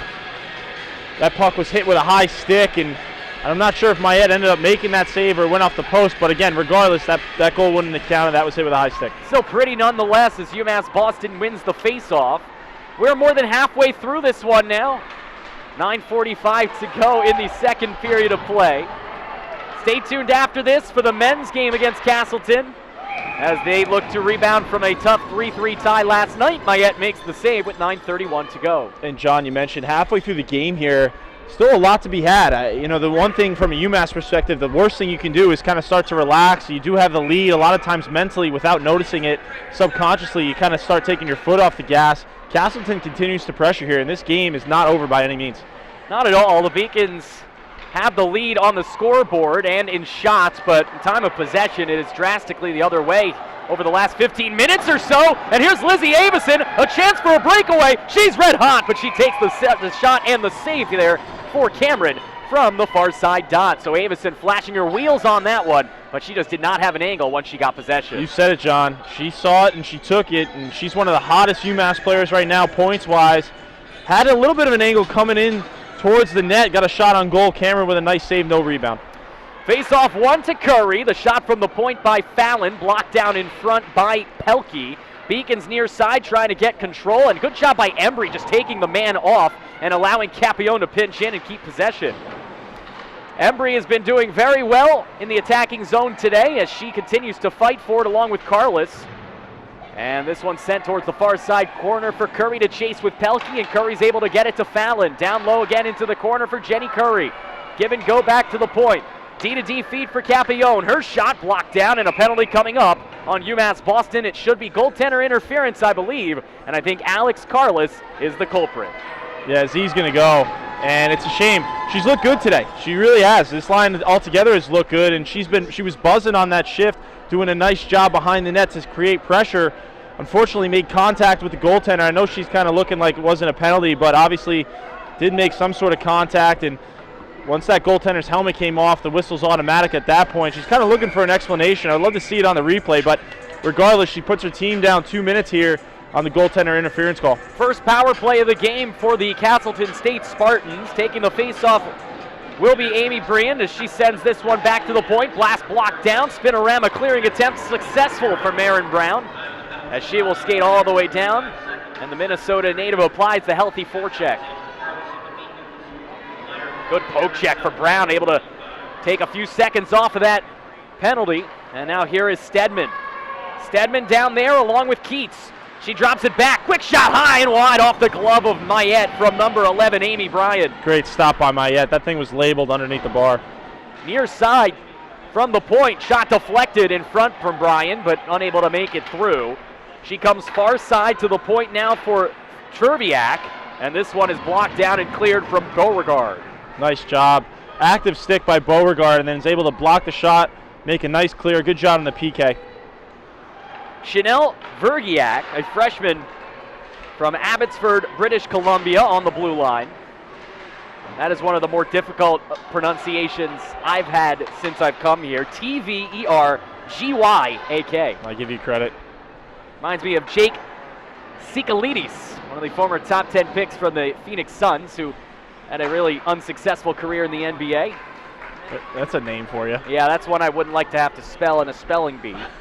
As UMass Boston doing a good job here on this power play. That's why we can talk about guys like Jake Sikalides, as the Beacons have limited any opportunity. Here's Hannah Wright motoring in. Last chance for romance, last 30 seconds of the power play for goaltender interference. Here's Wright taking a shot from the tough angle, far side circle. Now she gets possession off of the block. She might think of going far side, and she does for Hannah Rose, whose blast is high and wide of the net. Big blast there from 22 in green. Now John Mayette did not see that last shot. Dropping that one was Hannah Wright. Luckily for Mayette, she didn't need to, as there was just too much on it. Good play by Embry to poke it away, and now 2-on-1. Embry and Curry. Embry with possession. Now 3-on-1. The power play is over, but I think Embry just ran out of gas after the penalty kill. She was out there almost the whole time. Didn't have enough in the tank, otherwise that was a 2-on-1 for sure. Bianchini tries to pick that one off successfully from Anna Daniels in neutral ice. Beacons then turn it over in their own zone, and sending it all the way in is Lisa Kilroy. Armstrong fights with her, and then a collision in the crease as Mayette gets hammered.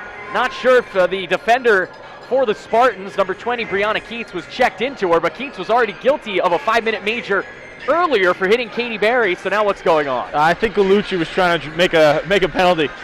She actually initiated that contact. I saw it as it was developing. Gallucci kind of just threw her hips out and looking to perhaps catch the referees, just looking to see the repercussion and not actually what happened.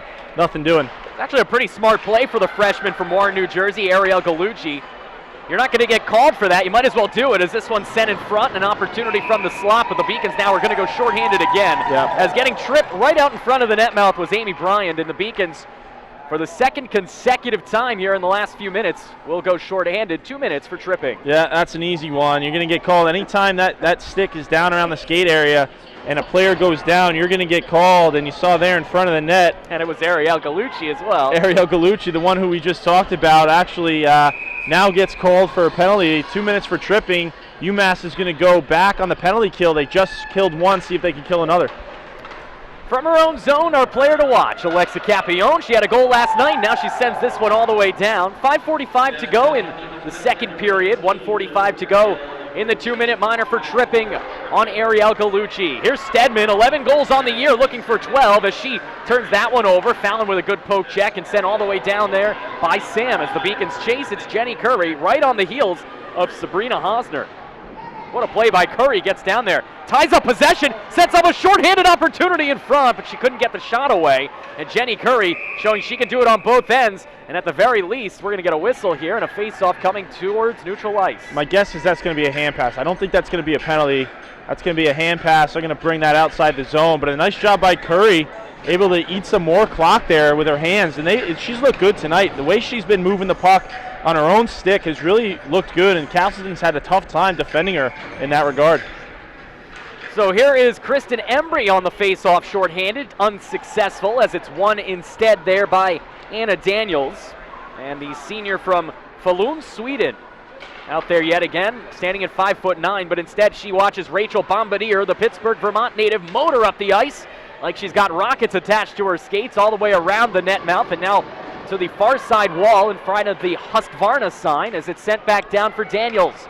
Behind the net, Daniels defers to the point. Opportunity for Hannah Wright, and the Arlington, Mass native sends it back for Daniels, whose spinorama shot is blocked down and gobbled up by Rachel Mayette, who had a screen and blocking her vision Bombardier, but Rachel is game to deny. And she's so good at using her size to her advantage. Definitely a taller goaltender. She sits pretty wide in her stance. There's just not a lot of net to look at, and you see there, that shot she saw all the way through, even from our angle. We had a good angle on it. Just not a lot of net to look at there, and she's great with her rebounds. It's what makes her put up the number she has this season. How tall are you, Matt? 6'2", 6'3", if I'm going up against a guy who's taller. I was going to say, is that what it says in the program, or is that what you actually are? I was usually listed at about 6'2", 180, so 190 as I got a little bit heavier in my glory days. Especially after those winter breaks with Grandma's eggnog, as here comes UMass Boston watching the visiting Spartans come into the attacking zone. That's right. Hannah with possession, sends it near side. Daniels gets it poked away, and with only 15 seconds left, it looks like the Beacons will go 2 for 2 on penalty kills, as slamming that one down is Capillon, setting up an opportunity in front where Kayla Smith was waiting after the opportunity from Brown went awry, and with 7 seconds left, it looks like the Beacons have done their job yet again. Yeah, without a doubt. The only thing here is obviously you've given Castleton some opportunities, and you haven't really been able to generate anything offensively. Again, I go back to the scoreboard. 4 minutes left in the second period. Yes, you are up 1-0, but you cannot continue to take penalties. It's just not going to be how you're going to win this hockey game. 2 penalties for UMass Boston in this game, both over the last 10 minutes. Beacons, meanwhile, have seen the Spartans called for just 1. It was the 5-minute major for roughing earlier in this hockey game. Here's Armstrong, backhanded towards the end boards. Embry unable to get possession on first effort, but she uses her wheels to catch up to the puck. And the Beacons' top line that has been so successful in puck possession today does it again, as this one's deflected by Carlos in front. And she was trying to get on the board here with 3:33 to go. It's 1-0. Carlos has just been around the puck. You've seen it all day today. She's around the front of the net, I'd say within a 5-6 foot radius, whether it be behind or in front of the net. She's staying close in proximity to that goaltender Cameron. You see there with a nice deflection in front, was able to get enough on it and change direction, just not enough to get it past Cameron. UMass Boston in the attacking zone. Top line still out there.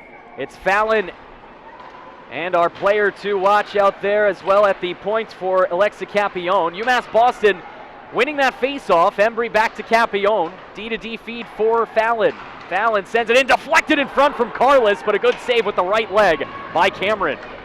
Carlos very active in front of the crease, as she is as aggressive as they come in the offensive zone. Unable to get it to Alex was Capillon, as this one comes into the attacking zone for the Spartans to motor in. Quick shot save, rebound in front in the crease, and that one trickles wide. And then Mayette's momentum takes the net off its pegs after the initial shot from sophomore Brianna Keats. Mayette coming up huge here, and she's going to get some taps from her teammates. What a big save late in the second period to keep the lead at 1-0. Nice save getting that blocker up, making that save. That puck was floating right up above her head, came down, and like you said, the momentum carried her into the net, knocked the net off, which creates the whistle. For me, as a fan, those saves in which there is a rebound that shoots up in the air are the scariest for me when it's my own team in their own zone, because you never know what's going to happen next. Absolutely. For goaltending as well, you don't know where the puck is. You're waiting for some sort of key or direction from your teammates at that point, just trying to figure out instinctually where that puck is going to be or where it's going to land. And you run the risk of knocking it in yourself when you're trying to rebound, and Mayette luckily did not do that. Instead, it was a great play by the Beacons netminder. Absolutely. See it all the time. So UMass Boston sends this one to neutral ice. They've killed off 2 penalties here in this second period, with now just 2:25 to go in it. Bovey fighting for that puck, as sending this one along the near side is Morgan Richards.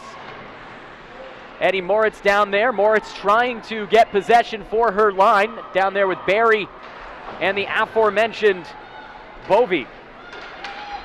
This one comes all the way down, should be icing, and UMass Boston will go down and touch it up. And with almost exactly 2 minutes to go, 121 seconds, the Beacons will have an opportunity for more offense as they will get the face-off in the attacking zone. It looks like they're going to send out that second line as Bianchini, Marin Brown, and Kaylee Beauregard. Going to be an interesting finish to this period. Castleton's been around the net in the UMass zone, and UMass has had their opportunities as well. It'll be very interesting to see. We're going to get a whistle here. Yeah, and this is actually going to be a penalty call. Beacons will go to the power play. Yep, Beacons are going to be on the power play. You're absolutely right. Marin Brown got hit, got checked, and I thought the refs were going to let it go as kind of incidental contact.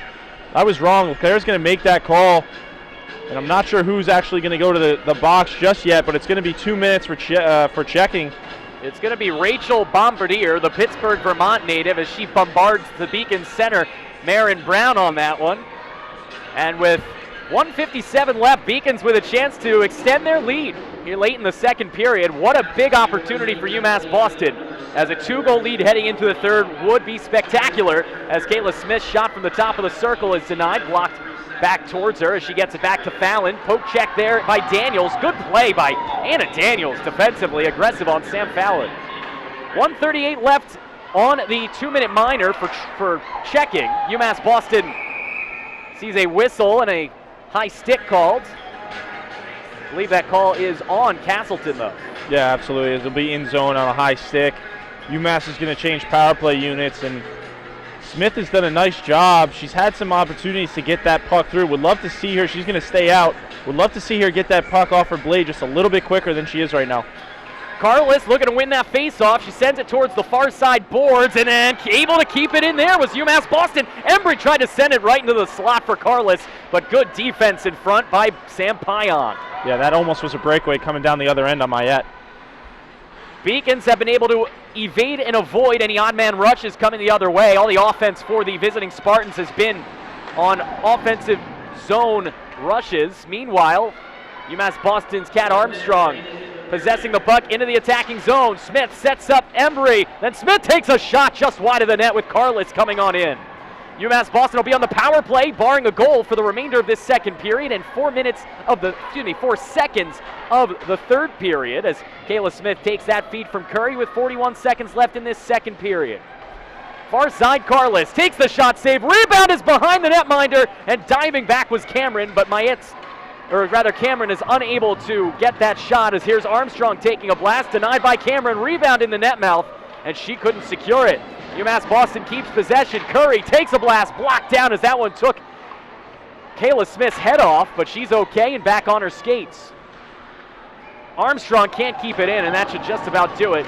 Barring one last hurry here from Mayette, and she'll just slow this one down for Armstrong. 6 seconds left in the period, and the Beacons, as Jenny Curry will get one last whack at the netminder, Cameron blocked down in front, and we are through 40 minutes of play here from Clark Athletic Center Ice Arena.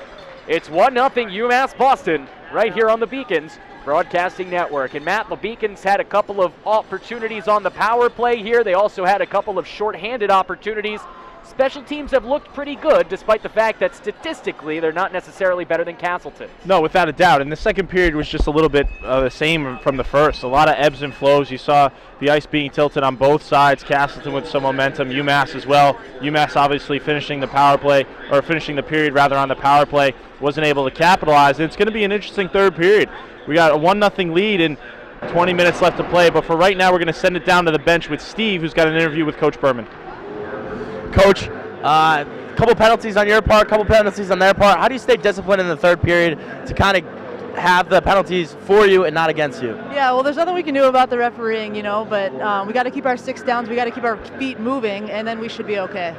And then how do you come out of here with a W today? Played a great first and second period. How do you seal it with a great third period? Yeah, I think now we have to leave those 2 periods behind and start fresh and not take our foot off the gas. We just have to keep going. We're not holding the lead. We're going to keep going. Hey, Coach. Good luck. Thank you. And back to the booth. Thanks a lot there, Steve. And we're actually going to send it. John, I'm always curious what's going on behind the Beacon, but actually right now we're going to tell you what's going on with the state of the Beacon here on BBN.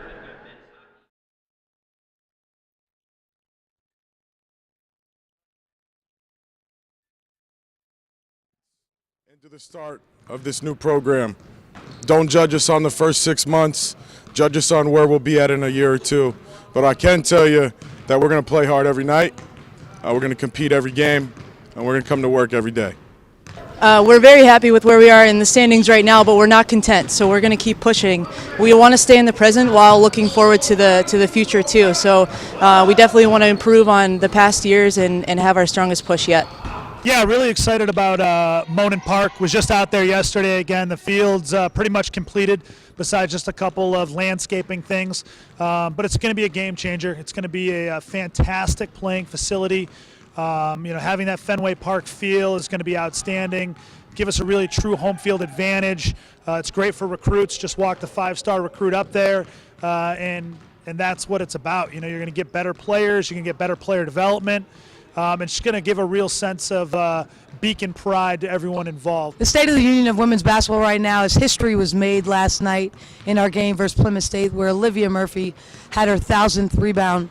As a coach in my 10 years, I've never witnessed that, and it was definitely a special thing, and hopefully we can carry it for the second half of our season. Biggest focus in the winter and spring is to continue to get stronger, and get some valuable match play in the spring trip, and afterward we have a couple events. I feel like we have a great team, an all-around 1 through 6 team who are all going to contribute, and we want to continue that and, basically work towards becoming an elite team in the LEC next fall. So far, so good with our team this year. Really happy with our group. We're having a good year. We're nationally ranked, and if you would have told me at the beginning of the year we'd be 12-2-1 at this point in the season, I'd be very happy. Our work's not done yet, and we've got a lot of work to do, and it starts this weekend with another conference weekend.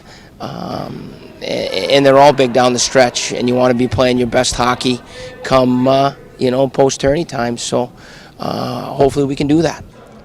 Hey, welcome to Beacons Nation. I'm totally excited about going into this weekend's meet at Plymouth State.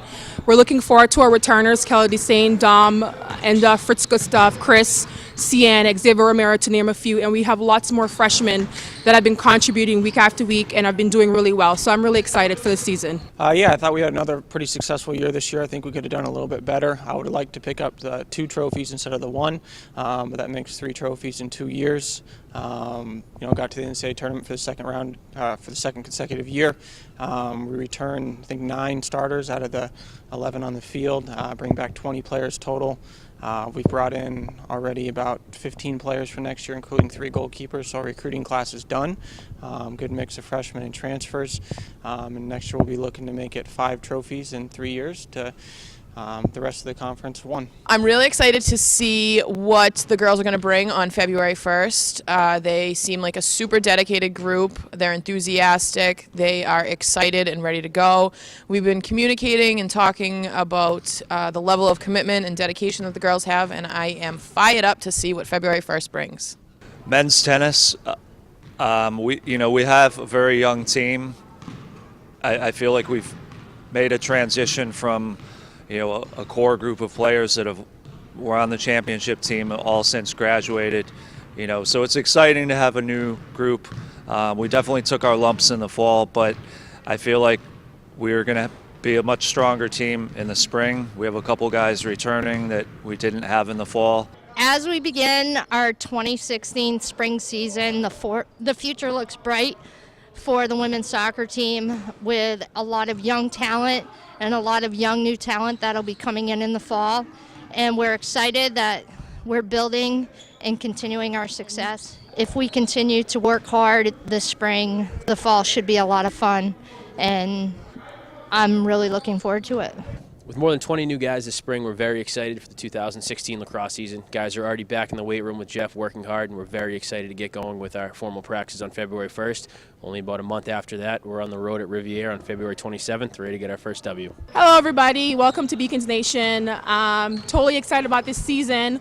Our women's program have been doing great. We're looking forward to returners Taylor Smith in the throws, All-American Hillary McGuffey in the 2 and the 4, as well as Anisha Trappier in the 16 and 200. We're also excited to have newcomers such as Taylor Driggers in the long and triple jump, as well as Lexi Bean and Sarah Morenz in the throwing. So we're looking forward to a great season. How does this year's championship compare to the last 5 that you guys have won? We're on to the next one. 6 titles, tied for the most in conference history. How does that feel? We're on to the next one.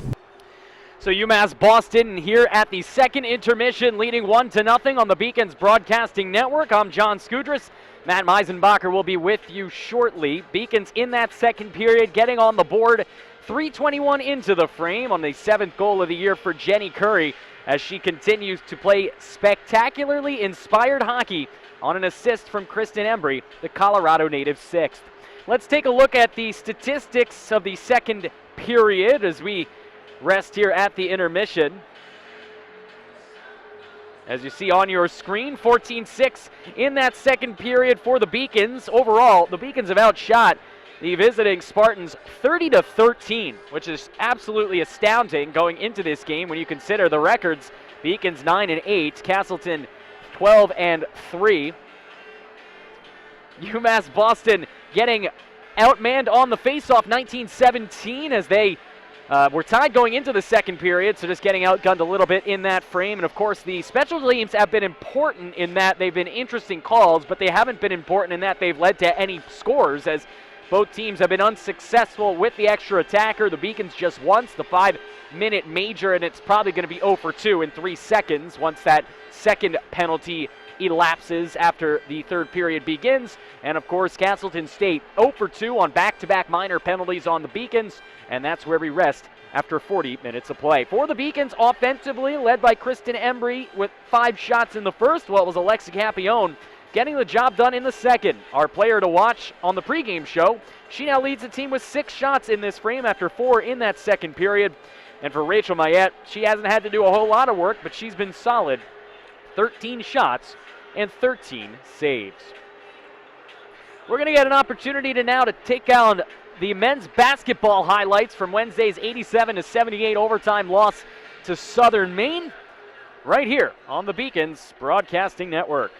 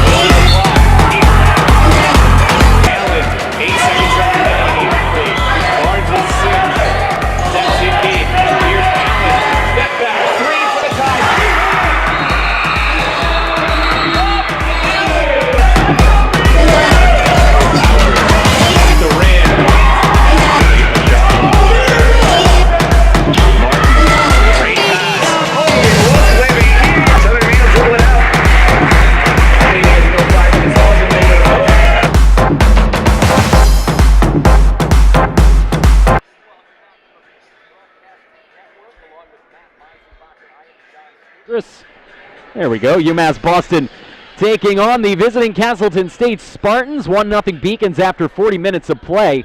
And Mr. Meisenbacher for UMass Boston here today and beyond. It's going to come down to the nitty-gritty. Every single minute, every period counts, and this next 20 coming on up might be their biggest of the season. Huge opportunity. I don't know if I'm on the air. Hold on. Yeah, huge opportunity there. Sorry about that. Huge opportunity here really for both teams. And a 1-0 hockey game could really go either way. I think if you look from a UMass perspective, obviously, you're up 1-0 at home, and you've done some good things energy-wise throughout the game. You kind of rode the ebbs and flows. You've had your opportunities. You've been able to capitalize already.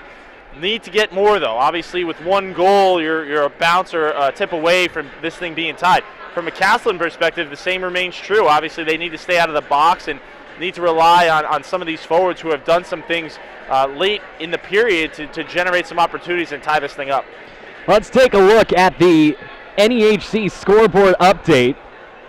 The New England Hockey Conference out-of-town scoreboard is brought to you by Kaler Sales LLC, a family business focused on bringing you the best prices on all of your logging equipment. Kaler Sales LLC. End of the second period, NEC leading Manhattanville 1-0. The Hawks of St. Anselm on top of Franklin Pierce 2-1. And then later today, Holy Cross and St. Michael's and Nichols and Norwich round out the NEHC scoreboard in women's hockey. Around Beaconville, as the women's basketball team continues their matchup against Western Connecticut State. That said Eastern in the first period, I guarantee it. It's 40-38 with the women's team trailing in the third quarter. So that one's offensively has picked up a little bit. The men's team, of course, playing immediately after that from WestCon, and then we'll have the men's hockey matchup right here on the Beacons Broadcasting Network later tonight. Let's look ahead at what's coming up for the women as the women's hockey team continues their NEHC schedule. It's going to be critical, as you see Manhattanville is 6th in the conference, Norwich number 1 in the conference. They have been almost unbeatable, but you could have said the same thing about Castleton going into yesterday's game, and now they're 20 minutes away from losing 2 in a row. And that's it's looking at the second half of the year, it's just insane what can happen with, a team that maybe sweeps a weekend, you get 4 points, the other team, there's just so much movement going on week to week.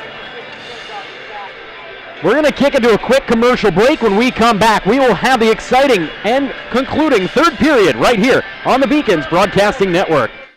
The University of Massachusetts Boston, with its scenic oceanfront campus, easily accessible to downtown Boston, is recognized as a model of excellence for urban public universities. 16 NCAA Division III sports are part of the more than 100 student organizations that create an engaging campus life in America's biggest and best college town. UMass Boston, Boston's urban public research university for the 21st century. Celebrate the soggy shoes and the slow starts. Celebrate the lessons learned along the way.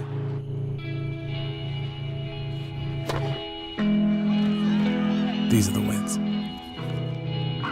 Not the shiny, nail-biting kind. These are the last a lifetime kind.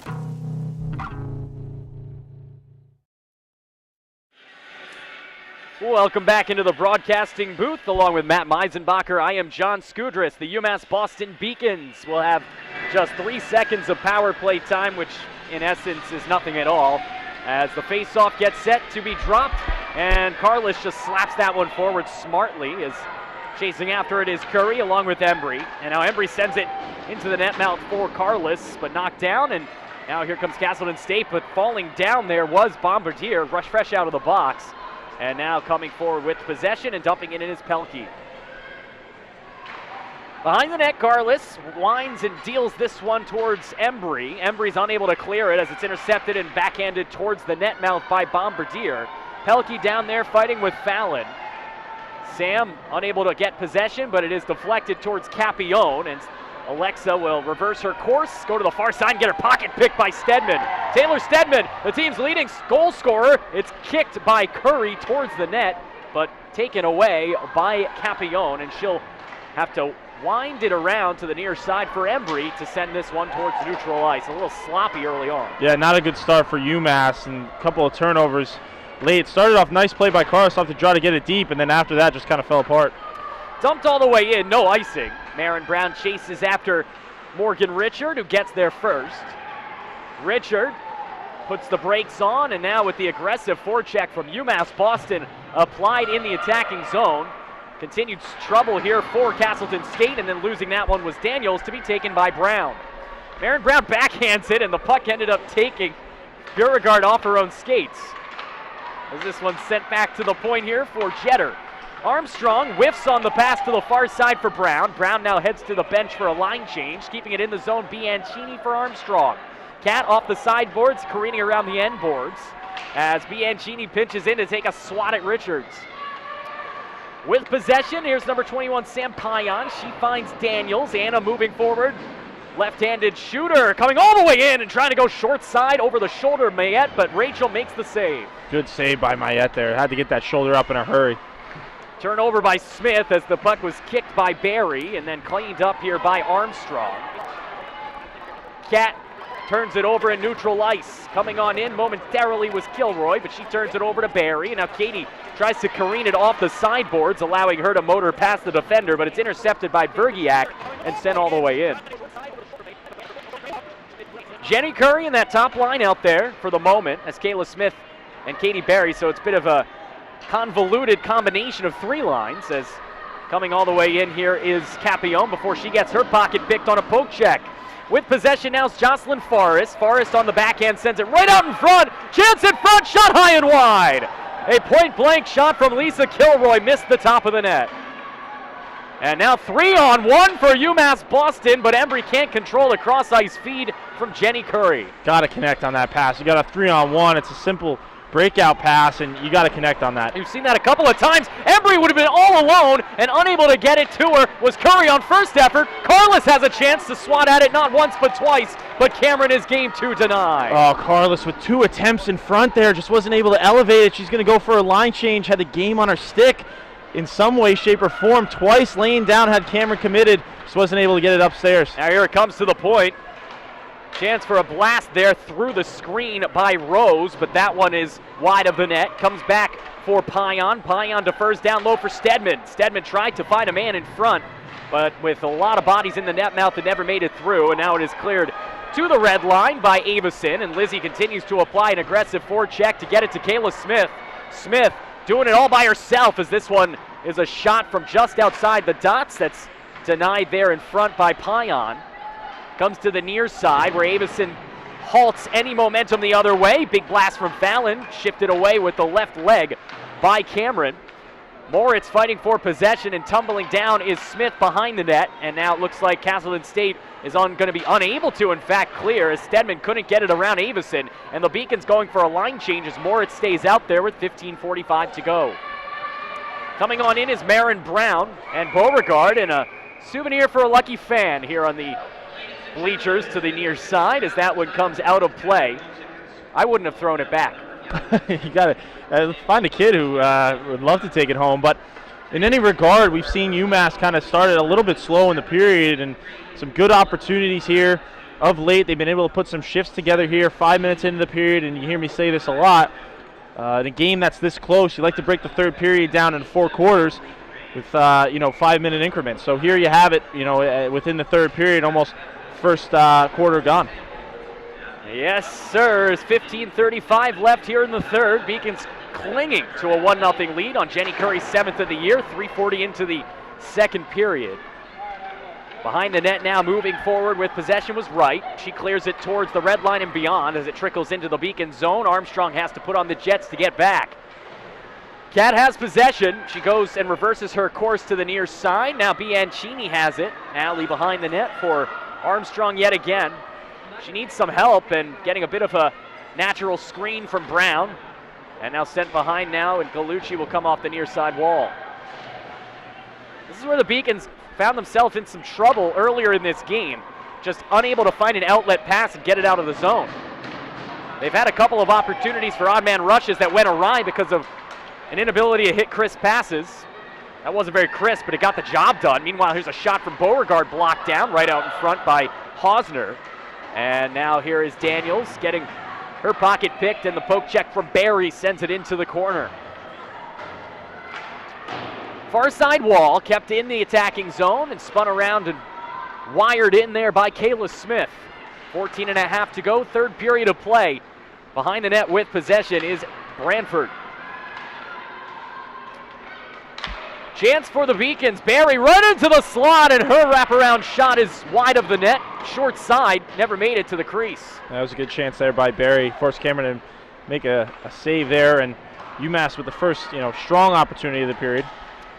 Meanwhile, here come the Spartans the other way. Backhanded in there by Forrest. Chasing after it is Bryan, as this one is knocked down by Bovey. Can't get it out of the zone. Kept in by Payan. She whiffs on an attempt to send it in towards Mayette. However, the Beacons are unable to get any aggressive momentum the other way. Here's Payan. Pion has possession, coming all the way into the dot as this one on a second chance effort from Forrest is denied short side by Rachel Mayette. Good save by Mayette there. That puck was bouncing. It was a little bit tricky. Anytime you're hugging the post like that, it's a little bit awkward.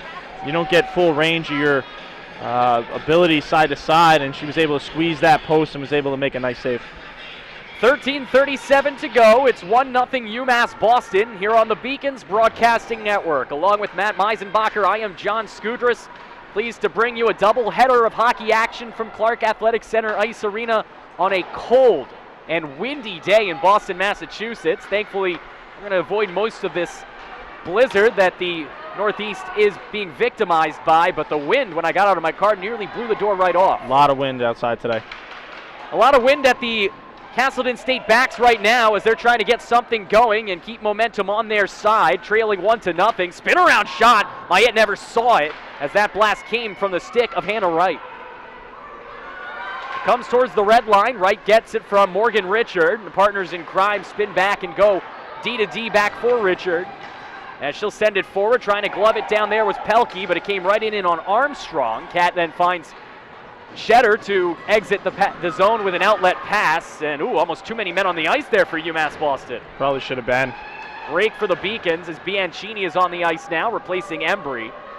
And she's out there with Marin Brown and Kaylee Beauregard. Fallon pinches in but can't keep it in. Coming the other way for UMass Boston, and an opportunity goes awry for Castleton State, as unable to keep the puck on her stick was Anna Daniels. Marin Brown into the attacking zone, but she's got to head back to the bench for a line change. She leaves Bianchini out there all alone, and then fresh off the bench, Kayla Smith got it right at the lip of the blue line, unable to penetrate the defense of Daniels. And the Beacons, though, doing a good job at least keeping possession on the opposite end of the ice, clinging to a 1-goal lead as we get a face-off with 11:56 to go. Yeah, Castleton won't be allowed to change. They toss that puck back on the ice. But the thing here, Seth, is UMass isn't really doing the things necessary to continue to possess the puck and try to earn a little bit larger lead. They're kind of playing with this 1-0 lead, sitting back, allowing Castleton. I don't see that same aggressive nature I have in the first two periods offensively. Not how you win hockey games. You definitely want to maintain that foot on the gas and try to expand on your lead. Daniels dumps it in and chases. She's out there along with Brianna Keats and number 22, Hannah Rose. This one sent out of harm's way from Kayla Smith. And now with possession on the edge of her stick, it's Morgan Richards sending it in, but good aggressive play made on the forecheck by Smith, at the very least preventing any rush the other way. Now here comes Castleton State. Here's Forrest. Nice dig shot, blocked down in front by Fallon, as that one was trouble for Rachel Mayette. Yeah, nice block by Fallon. Capione got beat. Fallon backed her up. And here comes Katie Barry the other way. She could not possess that puck immediately off the pass, and it allows Richard to come on over and clean up. Beacons have had some trouble possessing those crisp hard passes today, as here's a shot from the top of the circle by Hannah Rose, blocked down. And now Carlos doing a good job coming off the sideboards, able to find some help in the form of Curry. Onside is UMass Boston, but Curry can't get Embry cleanly. And then sending it back towards Carlos in front for Curry. What a feed from Alex Carlos, but Curry couldn't finish. Nice look by Z, backdoor for Curry, just couldn't connect on the tape. And that puck will go out of play off the stick of Mayette, but a nice play.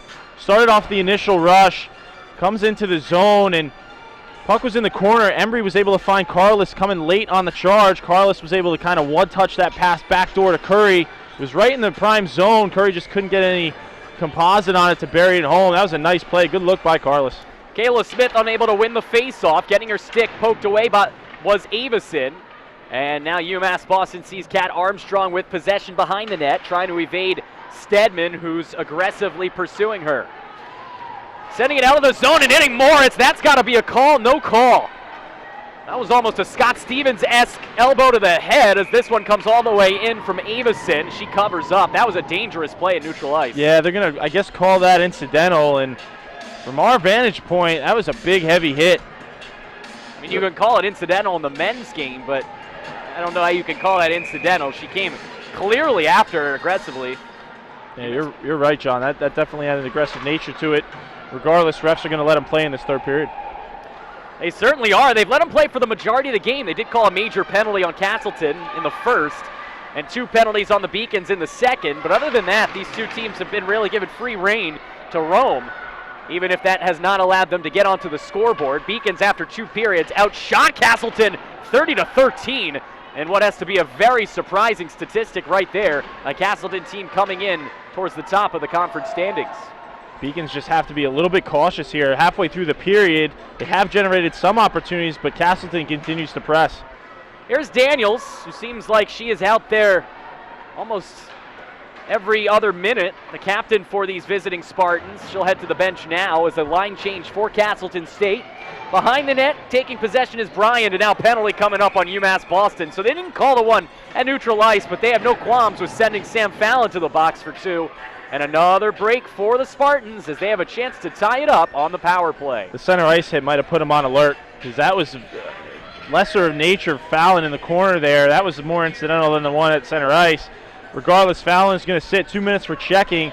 This puts the Beacons in a little bit of a rough spot here. 9:18 left in the period. Castleton, who's done some things offensively, been able to generate, now has a prime opportunity, and with a 2-minute power play, definitely going to need to capitalize if they want to tie up this hockey game. Bryan can't win the face-off. It's sent all the way down on a good play by Jeter. Curry chases. She'll get there first using those wheels as she has to slam on the brakes before she hits the end boards. Ends up turning it over, and a chance to move forward for Castleton, but a good aggressive play on the forecheck by Embry. Kristen playing a great game so far today as the Beacons cling to a 1-0 lead with 1:35 left in the 2-minute minor for checking as a blast from the top of the circle from Pion is denied by Mayette. Would have liked to see Galucci be a little bit more aggressive there. She backed off, and it was really just a one-on-one. Maybe a little bit of a teaching for the freshman to be able to just attack that forward. Once they commit to that shot, try to get a stick on it or a skate, something. Mayette with a nice save to keep this scoreless. Captain against captain, both numbers 13 as Carlos and Daniels go at each other on the face-off. Daniels wins it. And now an opportunity for Castleton on the power play. Shot attempt from the slot by Kilroy's blocked down in front by Forrest, and then a little bit of extracurricular activity in the corner. Here's a shot from Hannah Wright, blocked down in front by Carlos, and Alex is going to get this out of the zone herself before backhanding it all the way down towards Cameron. 63 seconds left on the 2-minute minor to Sam Fallon, and that's a double whammy because Fallon's one of your better penalty killers as well. However, your best penalty killer, at least on the blue line, Capillon, is able to intercept that and send it out of the way. Now, Kristen Embry and Capillon getting into it there, almost tripping one of the forwards for Castleton. Maybe got a break there as it's sent down. Nice clear by Embry there, and about 35 seconds left on this penalty kill. Beacons have done a nice job so far. As this one's at the red line, and a chance to get over the blue line here for Amy Bryan. Bryan takes the shot kicked away there by Mayette, and that's going to siphon right to Embry, who sends it all the way down with 20 seconds left on the minor penalty. Castleton looks a little slow. I'm kind of surprised on this power play. Was expecting a little bit more energy from them, as they know the clock is not in their favor at this point in the game. Well, they're a team that doesn't score a ton of goals. However, they had not been shut out once heading into this weekend, as motoring in with an opportunity to score is Castleton State, and who else? Taylor Stedman, her team leading 12th of the year, and this one is tied at 1. A power play goal for number 24 in green. Stedman on a partial breakaway was able to get through the forwards. A nice pass, and was able to get around Capillon, beat Mayette glove side about mid-range, just above the pad, posting in. That's the player you don't want to see on a partial breakaway. Stedman, you mentioned it, the senior, who is first on the team in points with a nice move, is able to tie this hockey game up at 1 with 7:17 left in the third period, and now we're in for one. I was looking down at my scoring sheet here because I was about to say that heading into this weekend, Castleton had not been shut out once. They got shut out 8-0 last night, and we're 7 minutes, 15 seconds away from getting shut out today. But they will extend this game, and we'll see what happens the rest of the way. It's 1-1. Goals from Jenny Curry in the second period, and now Taylor Stedman in the third, and we are evened up yet again. 53 minutes in, and everything that's happened to this point really doesn't matter anymore. And now here's Kayla Smith trying to get her first of the year and give the Beacons a lead. Sends it in, denied with the right leg there by the netminder. Cameron sets up her team the other way. Here's Hannah Rose all alone, 1-on-3. Hannah takes the shot, gloved into her gullet. by Rachel Mayette with 6:34 to go. Nice save by Mayette to keep this scoreless, and a nice move by Smith down the other end. Was able to fake the slap shot, try to go around the defender, got a nice shot on goal, and a kick save by Cameron. The one thing I want to mention with 6:34 left, the one line that stood out to me all day is Curry, Carlos, and Embry. Look for them, as we'll get a nice another whistle off the draw. Look for them to really, they've been productive all day, and I would love to see them get at least maybe 1-2 more shifts out here to try and win this hockey game. They've been the line that's been most productive in my opinion. Beacons trying to get this face-off win, and it is won by Smith, but unable to clear it was Barry. 6:23 left in regulation time. A whole new hockey game, 1-1 between Castleton State and UMass Boston right here on the Beacons Broadcasting Network, along with Matt Meisenbacher, former Beacons netminder. I am John Skudras, and UMass Boston just surrendering that tying goal moments ago on the power play. Behind the net, here's Daniels fighting for possession with Capillon. Sent all the way back to the point, but unable to keep it in there was Fergiak, as she sends it back in to be knocked down to the near side of the circle by Sam Fallon. And Sam has to feel extra guilty, as she was the guilty party on the power play that gave them the tie, as this one is icing. Coming down to beat her down there was Hosner, but really it was a chintzy call coming after a call that could have gone the other way moments before. Still plenty of hockey left to go though. We mentioned early on in the period though, I didn't think the Beacons really had that same aggressiveness offensively for the start of the period, and that's just not how you win hockey games. You sit on your toes, you kind of play that prevent D, and these good teams find a way to beat that every time. Deflected in front there by Bryant off an initial shot from Richard. And then this one comes to the point to be sent back from whence it came by Hannah Wright. Into the corner, it's Bryant. Sends it back along the end boards, careening around there and taken by Capillon, who looks for assistance from the far side, but Fallon couldn't catch up to it. Poke check by Bovey, and Sam, deja vu all over again, sends it back near side to be taken by Capillon with 5:10 to go. And now Kayla Smith, 2-on-2 the other way. She's got wheels and speed to burn. Kayla all the way in, but her shot was partially deflected wide by Hannah Wright and taken backhanded by Richards towards Wright on the near side. Good stick by Wright, because Smith was, like you said, wheeling around that far side, try to get a shot on goal. Wright with a nice job with the stick. I'm waiting for her to get her first. She's always in the action, showing tremendous speed and energy, but still snake bitten when it comes to the puck luck to get it in. Here's Carlos, far side. Carlos to the point here for Armstrong. Armstrong waits, defers, tries to drop it back for Gallucci, but Ariel was protecting her own zone. Carlos then gets it deflected and almost turned over. Gallucci pinches in and then gets her pocket picked by Stedman. No rest for the weary for Curry, as she has to come up in front of the Hustvarna sign and find Kristen Embry. Embry all the way into the slot. She might look to shoot. Instead, she comes all the way to the near side and defers behind the net for Carlos. Long offensive zone possession here, and keeping it in there was Gallucci to send it into the corner for Curry.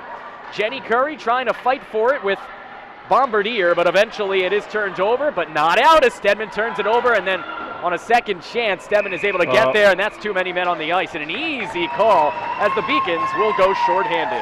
Yeah, I'll tell you what, I mean, that's just, you work so hard on the shift, you know, great job by that line to really be productive and create pressure in the zone, and then you take it too many players on the ice. It's just, that's just such a tough way, and now you've really handed the last-ditch effort to Castleton with 3:56 left in the period. You give him a 2-minute minor.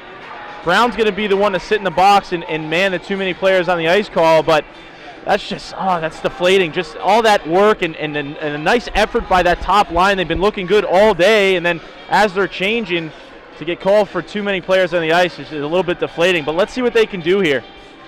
You saw Alyssa Wolfeiler with the face palm there when that penalty was called. I think too many men or too many players on the ice is the ultimate face palm penalty in sports. You see it from time to time at all levels, but it really comes down to communication. You got to be aware of what the play is doing. Regardless, UMass is down. They have to kill this penalty if they want to win this hockey game. They've done a solid job today. They were 2 for 2 killing penalties and then almost killed a third, but with 1 second left on the power play, Taylor Stedman scored the tying goal.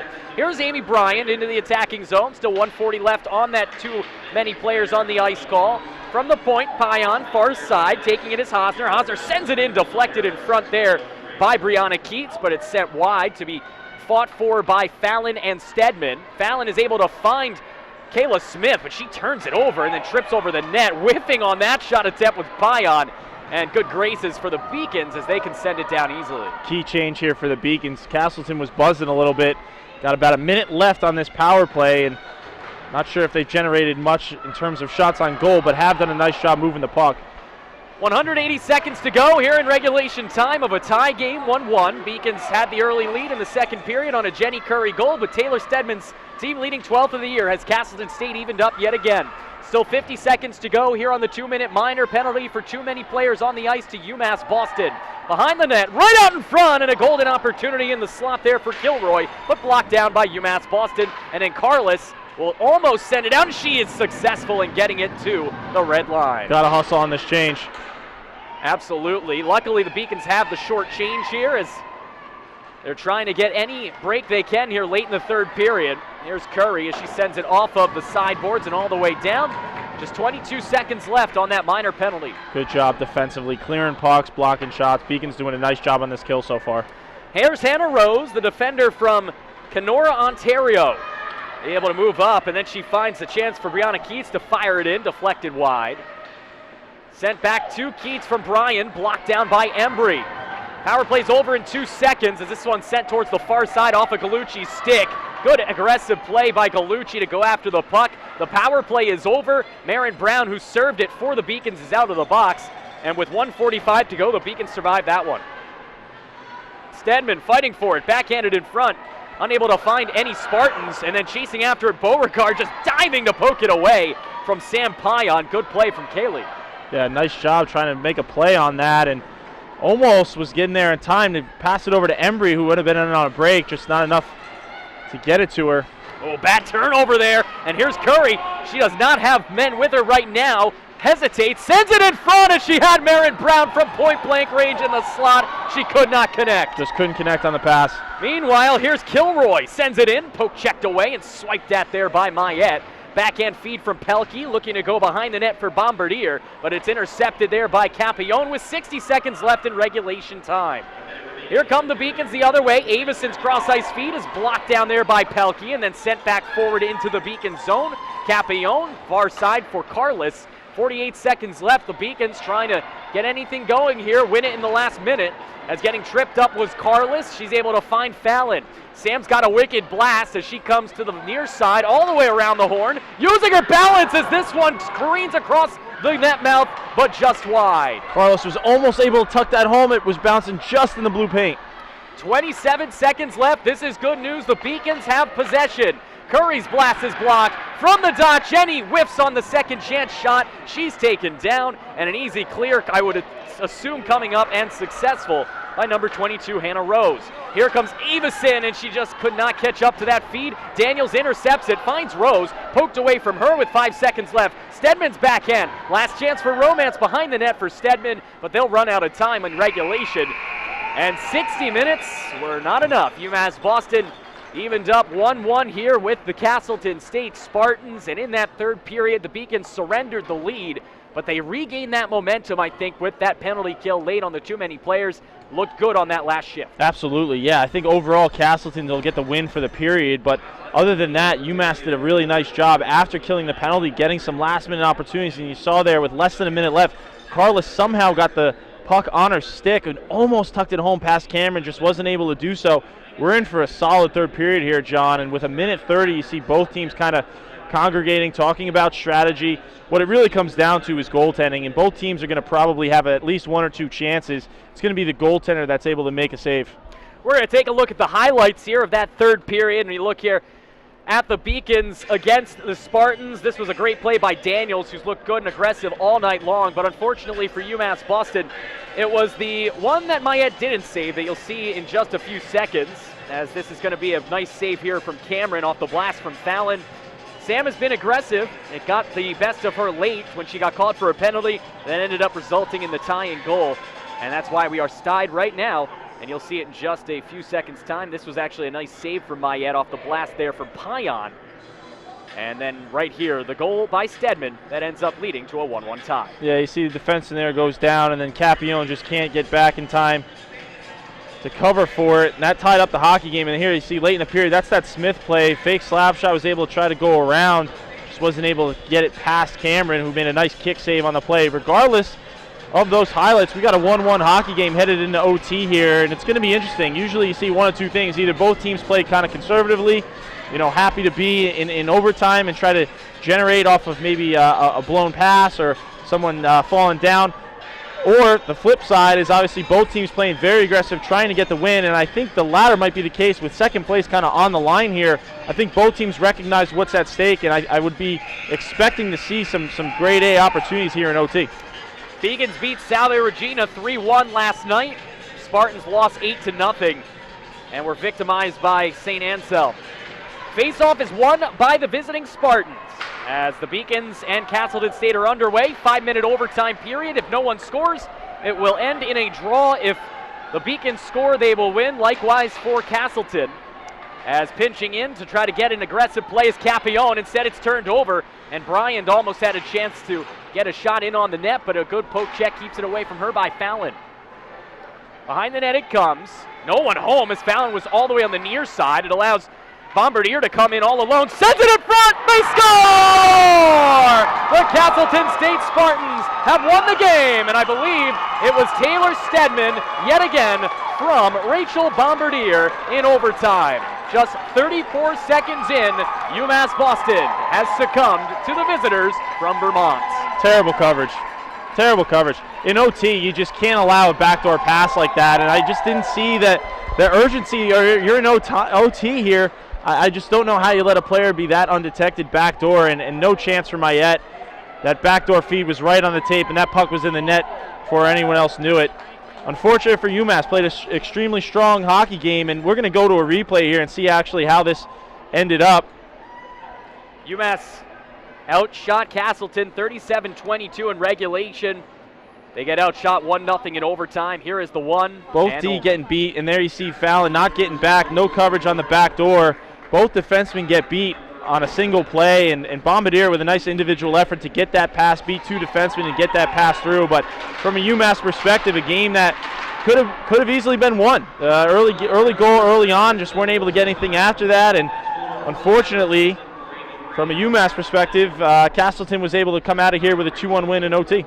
So the Beacons, with the loss, will fall to 7-3 in the conference, 9-9 overall. Castleton, meanwhile, improves to 8-1-1 overall, 8-1-1 in the NEHC, 13-3-2 overall. A huge victory for Castleton, a tough defeat in overtime for the Beacons, who played exceptionally well. I mean, they dominated the pace of play for much of this game, dominated the shots of this game 37-23, but in the end, it just wasn't enough to get their fourth consecutive victory. And they will have to go now to some tough competition coming up next week, Manhattanville, and then that Norwich Cadet squad coming in top of the conference. The loss doesn't end any hope. They still control their own destiny with so many conference games left, but this would have been a nice one to have in their back pocket. And just a winnable game. Maintained a lot of pressure throughout the game. They got one early on with that 1-0 lead. They had the goaltending. Mayette played well, just weren't able to get that secondary goal. They had some chances, I thought, in the third period. Didn't have that same hustle and that same energy you saw in the first two, and unfortunately for that, Castleton was able to capitalize. They tied the game up relatively late, and then I don't know if it was even 2 minutes into OT, were able to score on a nice play. Bombardier with that great pass, great individual effort to get it back door and win this hockey game 2-1. So the Beacons fall the final score of 2-1 as Taylor Stedman and Rachel Bombardier do them in overtime, just 34 seconds in. We're going to go to a commercial break here on the post-game show on the Beacons Broadcasting Network. When we come back, we'll have the final stats, the 3 stars of the game, and a look ahead at what the Beacons have coming on up for both the women and the men, because they'll be playing in just over an hour time right here on your Beacons Broadcasting Network. Imagine yourself at one of fewer than 300 prestigious research universities in the country, located on a peninsula overlooking the Boston Harbor, just minutes from downtown Boston. Imagine what it would be like to be a student here. I imagine myself succeeding in the business world. I imagine taking advantage of all the clinical opportunities in Boston. Want to go into the police force for a little bit and ultimately end up either working for the Department of Homeland Security or the Department of ICE. I imagine studying biology, working hand in hand with the professor. There are many reasons students are attracted to UMass Boston. Just imagine the opportunity to participate in research, live and learn in Boston, and to experience true diversity.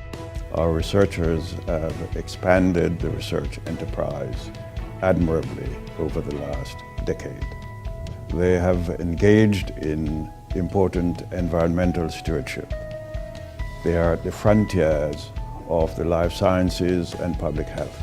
Being in Boston is a huge advantage, not just to someone like me who's a researcher, but actually to our students. I started working for Dr. McCoska since my sophomore year, my ending sophomore year, and now I'm going to my senior year, so it's been a very nice journey. School for the Environment is becoming really one of the premier, or if not the premier, coastal environmental sciences programs in the country. The natural laboratory is 5 minutes away for us. The undergraduates and the graduate students can jump on the T or walk out the door or drive 5 minutes and grab sediment samples and vegetation and talk to watershed associations. It's really a wonderful opportunity for our students here with this location. UMass Boston shares the peninsula with the Edward M. Kennedy Institute for the United States Senate and the John F. Kennedy Library and Museum. Just imagine an internship with one of these organizations or a Fortune 500 company. There's no location like UMass Boston. It's so close to the Innovation District, the 4-Point Channel.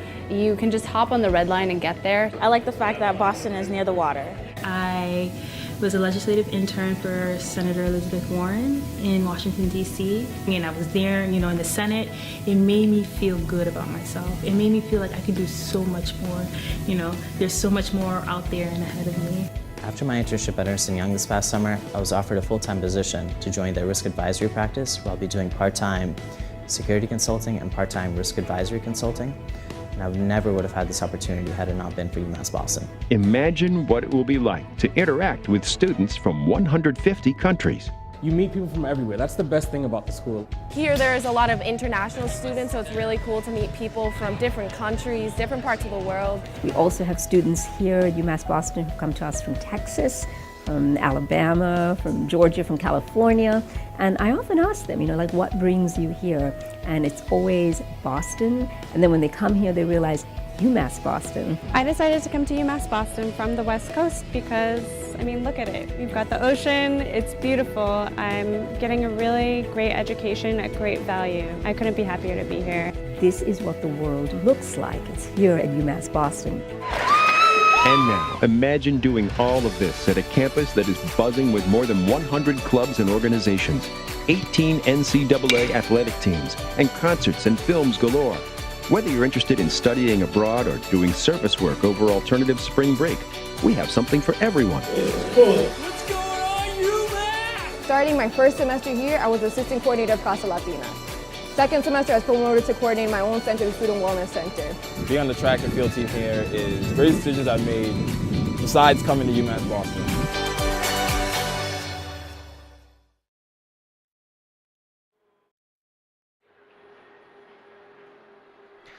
Welcome back into the broadcasting booth here on the Beacons Broadcasting Network. Along with Matt Meisenbacher, I am John Skudras. UMass Boston falling by the final score of 2-1 in overtime to the visitors from Castleton, Vermont. And unfortunately for the Beacons today, they just didn't have enough in the tank at the end. A couple of poor defensive plays. Positioning was not solid in overtime on the only shot that Castleton needed to win the game. But as we look back at the game as a whole, Jenny Curry got the first goal on the board, 3:21 into the second period, after a first period that saw the Beacons dominate early and then Castleton dominate the second half. Jenny got on the board on a nice goal from Kristen Embry, but then the rest of the way it was the Taylor Stedman show. It looks like they're going to give it to Amy Bryant, actually, officially, the overtime goal, 34 seconds in. But when you look back on the game as a whole, what sticks out to you, Matt Meisenbacher, on how the Beacons play? I thought overall a really nice job by UMass. They came out of the gate early on. They had good energy. That top line was producing. And I think that, overall they did a really nice job offensively and really did enough to win this hockey game. But we saw that teeter off a little bit in the third period. And, quite honestly, I was expecting them to come out with a lot of hustle, a lot of energy, just didn't see it. And then obviously Castleton did a nice job in capitalizing on it. We're able to tie up the game late on a goal from Stedman and then in overtime by Bryant. We take a look at the final stats of this one, brought to you by DeAugustine Construction Incorporated.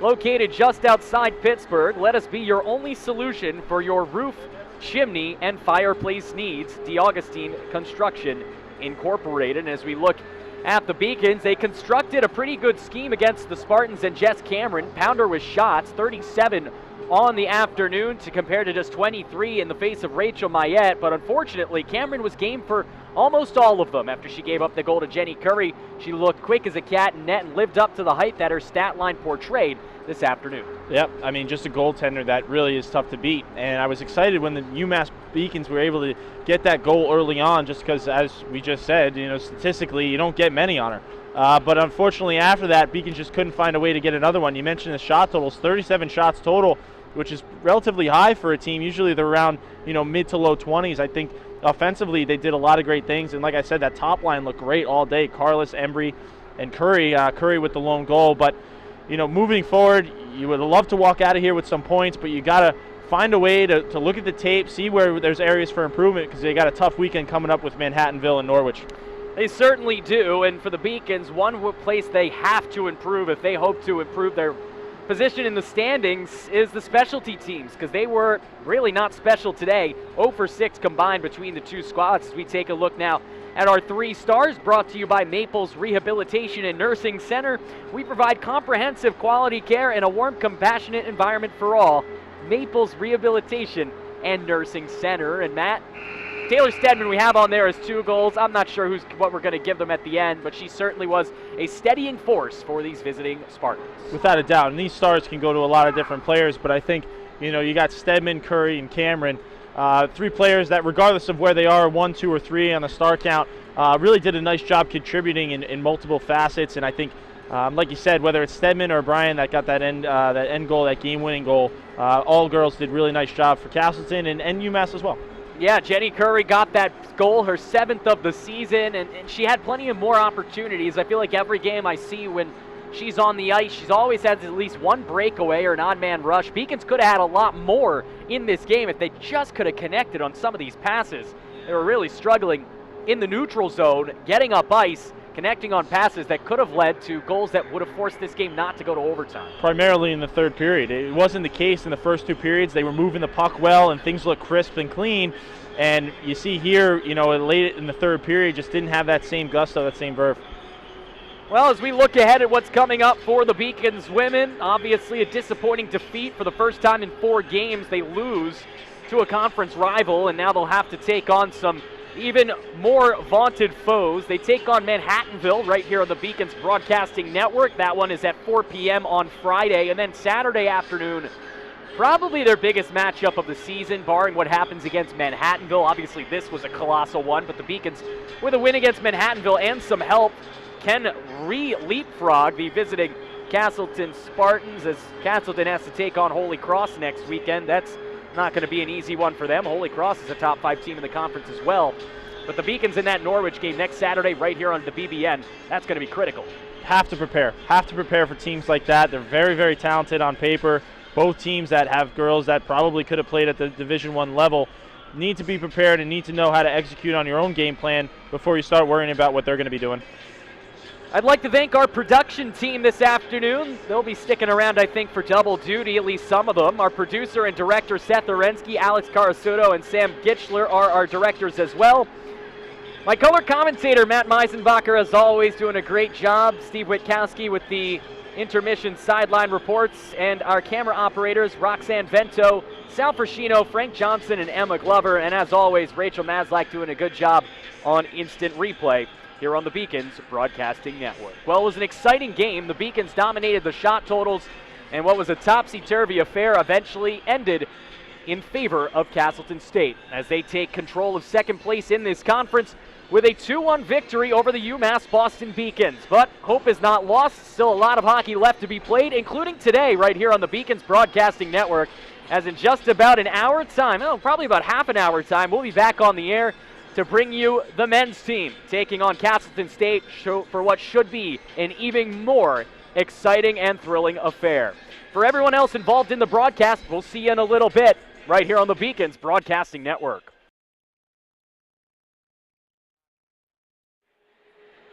A rising tide of elite competition waits beyond the horizon as the UMass Boston Beacons prepare to take on the NEHC's best down the stretch. This evening, they'll have a chance to buoy their playoff seeding with a matchup against the struggling Castleton University Spartans. That's up next right here on the Beacons Broadcasting Network. Good afternoon, everyone, and welcome back to the Beacons Broadcasting Network. Along with Matt Meisenbacher, I am John Skudris. The Beacons season continues down the fork in the road famously penned by Robert Frost. Two roads diverge in the yellow wood, and the Beacons cannot take both.